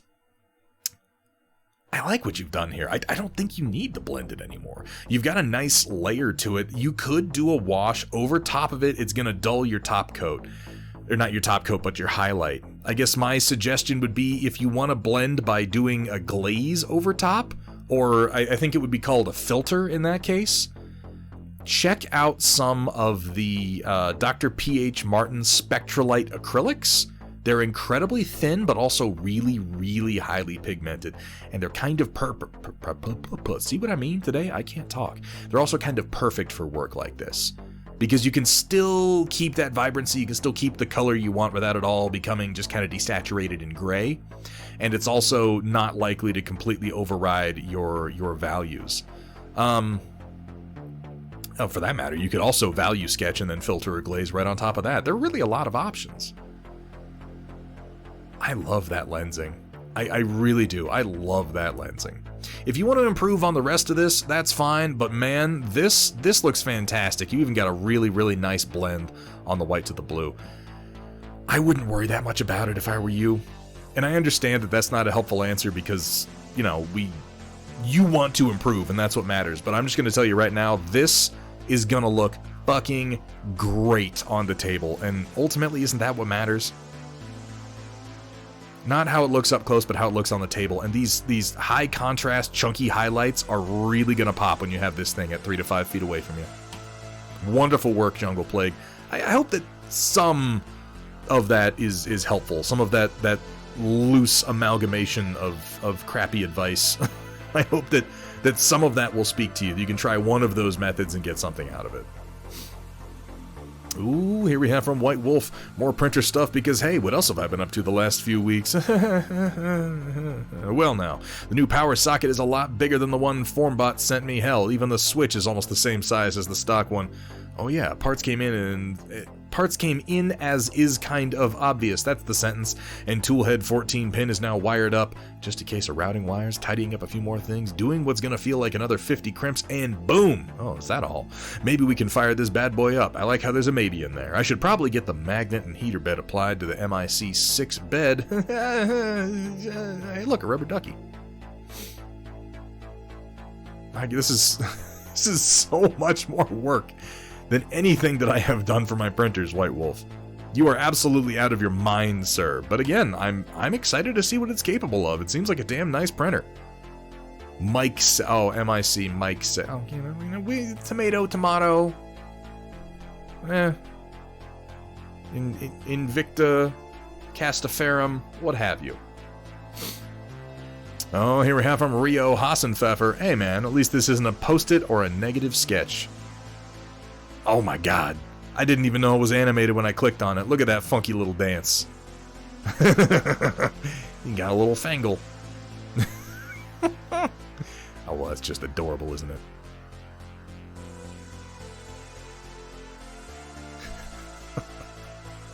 I like how mussy your hair is, too. This is lovely, Rio. So we're doing animations now, are we? Interesting. Very interesting. You know we have the ability to have animated GIFs now. Maybe we should talk. What do you say? Yeah. I think we should. Other than just the emotes. Sorry, yeah, emotes. Animated GIF emotes. Animated emotes. I told you I can't talk today. Just let my brain be the garbage pile that it is. Rio's always been doing animations. Remember spinning rat? Yes. More complex animations, I guess I should say, White Wolf. Very interesting indeed. Here we have from Automat Americana. Really sliding in here with this one. Not much to say, really. Just trying things I've not attempted before. That's why it took me so long. Those first ones always take the longest time. Good to see the arms coming in on this bad boy now. I like what you've done here with the kind of, like, simple blocked out arm, and then there's this sort of frame laid over top of it. It's a good way to add interesting detail without overcomplicating the surfaces. Is that a joint? Or is that... I guess... No, this is the joint down here. I guess this is a solid piece. I was going to say, it looks like those two pieces would cross over, but I guess this is not a turning joint. I mean, it's looking good. The first ones always take the longest. They always take the longest because you're still working out the kinks and exactly what tools you should... That is a joint as well? It just looks like these two raised pieces here would impact to the point that this joint couldn't really... No, okay, I see it now. It's rotated forward. Because if you look back here, you can see where the contact point would be at the back of the joint. So this is at, like, maximum rotation in the forward direction. Now it looks like a Project Phoenix Marauder. Yeah, it does a bit. It has that new type Marauder thing going on. It's wonderful, Automat, to see you continuing to grow and learn and make new things. Please, please, please, please keep us posted as this guy comes together. I can't wait to see it. I can't wait to see all your stuff printed. We gotta just get you a printer, man. Here we have from Negative Charisma, also known as Pixelgen. Got some Pro Acryl today, and man, is that stuff smooth to paint with. It really is. Pro Acryl is really nice. Like, okay, I always try to be honest in all of my assessments of products. And I don't tell you guys to use anything that I don't believe in. Pro Acryl paints are incredibly nice. I've used a lot of paints. I think the biggest problem with Pro Acryl is they're often hard to find because they sell out immediately. But yeah, once you start using them, you're like, oh my god, it's just, it goes down so easy. They come in really, really nice bottles. At this point, I'm not getting anything added to my acrylic paint stock that isn't Rainy River Designs or Pro Acryl. That's just where I'm at this point. I'm not even bothering with like scale 75. New PA set just dropped yesterday. Did it indeed. People are even liking their primer. And now they've got like glaze mediums, they've got metallics. What's the other set that I saw recently? Either way, the line continues to expand, and as long as they maintain that level of quality, they're going to be worth recommending for a long damn time. Also, really loving our owl face coming together here, and I'm glad that you're finding the new paints. Grab the entire lineup, including the new drop. Nice. 2 texture pastes too. Oh man, they're really gonna be something by the time they're done expanding. But Mr. Owl will bring us to the end of tonight's Storm Report and the end of the stream. And I'm about to push this button, and I'm gonna give myself a 50-50 shot that I have the wrong face cam up on the next overlay. I think it's gonna happen. Let's push the button and see. Yep. I knew it. I knew it. Son of a bitch. Why do you do this to me? It had the right frame up, and for some reason, just the camera element not turned on. Oh my god. Oh my god. Well, tonight has been interesting. It has been a bit of a clusterfuck on my end. I had OBS and my audio fall apart at the last minute. I wasn't really able to get any painting done today. It's been below zero temperatures kind of out of nowhere. It's been a weird day. But I'm glad that I came on and streamed anyway, because honestly I just needed something to kind of zero my brain back in on reality after all the weirdness. So I really appreciate you guys joining me. Let's see who's doing what. What's going on out there in the Twitch world? Ooh, Critical Role's on. Oh, that reminds me. I've been watching The Legend of Vox Machina, and it's like, it's good. I like it, but it's also so obvious that it was a D&D campaign. It has so many... I don't want to sound like I'm being overly critical of it, even though it would be appropriate because it's from Critical Role, but it's like, the story beats are... they have that improv element to them.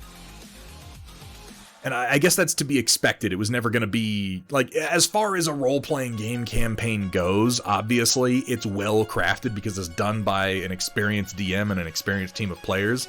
But it's... I agree. I think that's what I'm trying to say, Automat. Like, it's there, and I see it, and it stands out. I think that it is part of the charm. I don't think that it's a negative against it. I think it actually works in its favor. But it's... you know, if you're a role-playing game player, you can see it. You're like, oh, I see how this... okay. And obviously, they switch some of the details around, so in my head, I'm like, okay, I can imagine how this probably played out when they were actually playing it. I never watched that campaign, so I'm you know, putting it together. Why don't we go ahead and raid Wombat Combat Prime? He is over there working on his 3D printed Tau, and that looks like a good time. Heard Willow was too. That's a rumor. I'd never heard that. That would also make a certain amount of sense, because it has a very generic setup. Alright, let's get that raid going on over to Wombat Combat Prime, who's actually doing some painting tonight. Which should be nice. You guys will at least get a little bit of that creativity. Is that going? Okay, yeah. That's going, and it's counting down. Wonderful, wonderful, wonderful. So, we're going to be back actually doing some painting on Thursday. Things should have warmed up by then in my office. That side of my office won't be oddly cold. It's like 5 feet away, and I need better space heaters, honestly. Better insulation for that matter, too. But we will be back Thursday, the 24th. I'm going to be pulling out that 3D printed Battle Master, my own sculpt. We're going to be laying down some oil paints. I want to explore easy ways to paint hard surface models like mechs and tanks and oils, because this is really something that I'm enjoying lately. Saturday the 26th is going to be Discord movie night. Shit, we still haven't decided on that. I'll get a poll put up with something tomorrow so that we can decide on a movie for our movie night. And then Sunday we're going to be digging into another Mounted Squire for our Conquest Army. My time is almost up, so a huge thank you to everybody who joined me tonight. A huge thank you to everybody who contributed to the Storm Report. Oh god, keep on painting!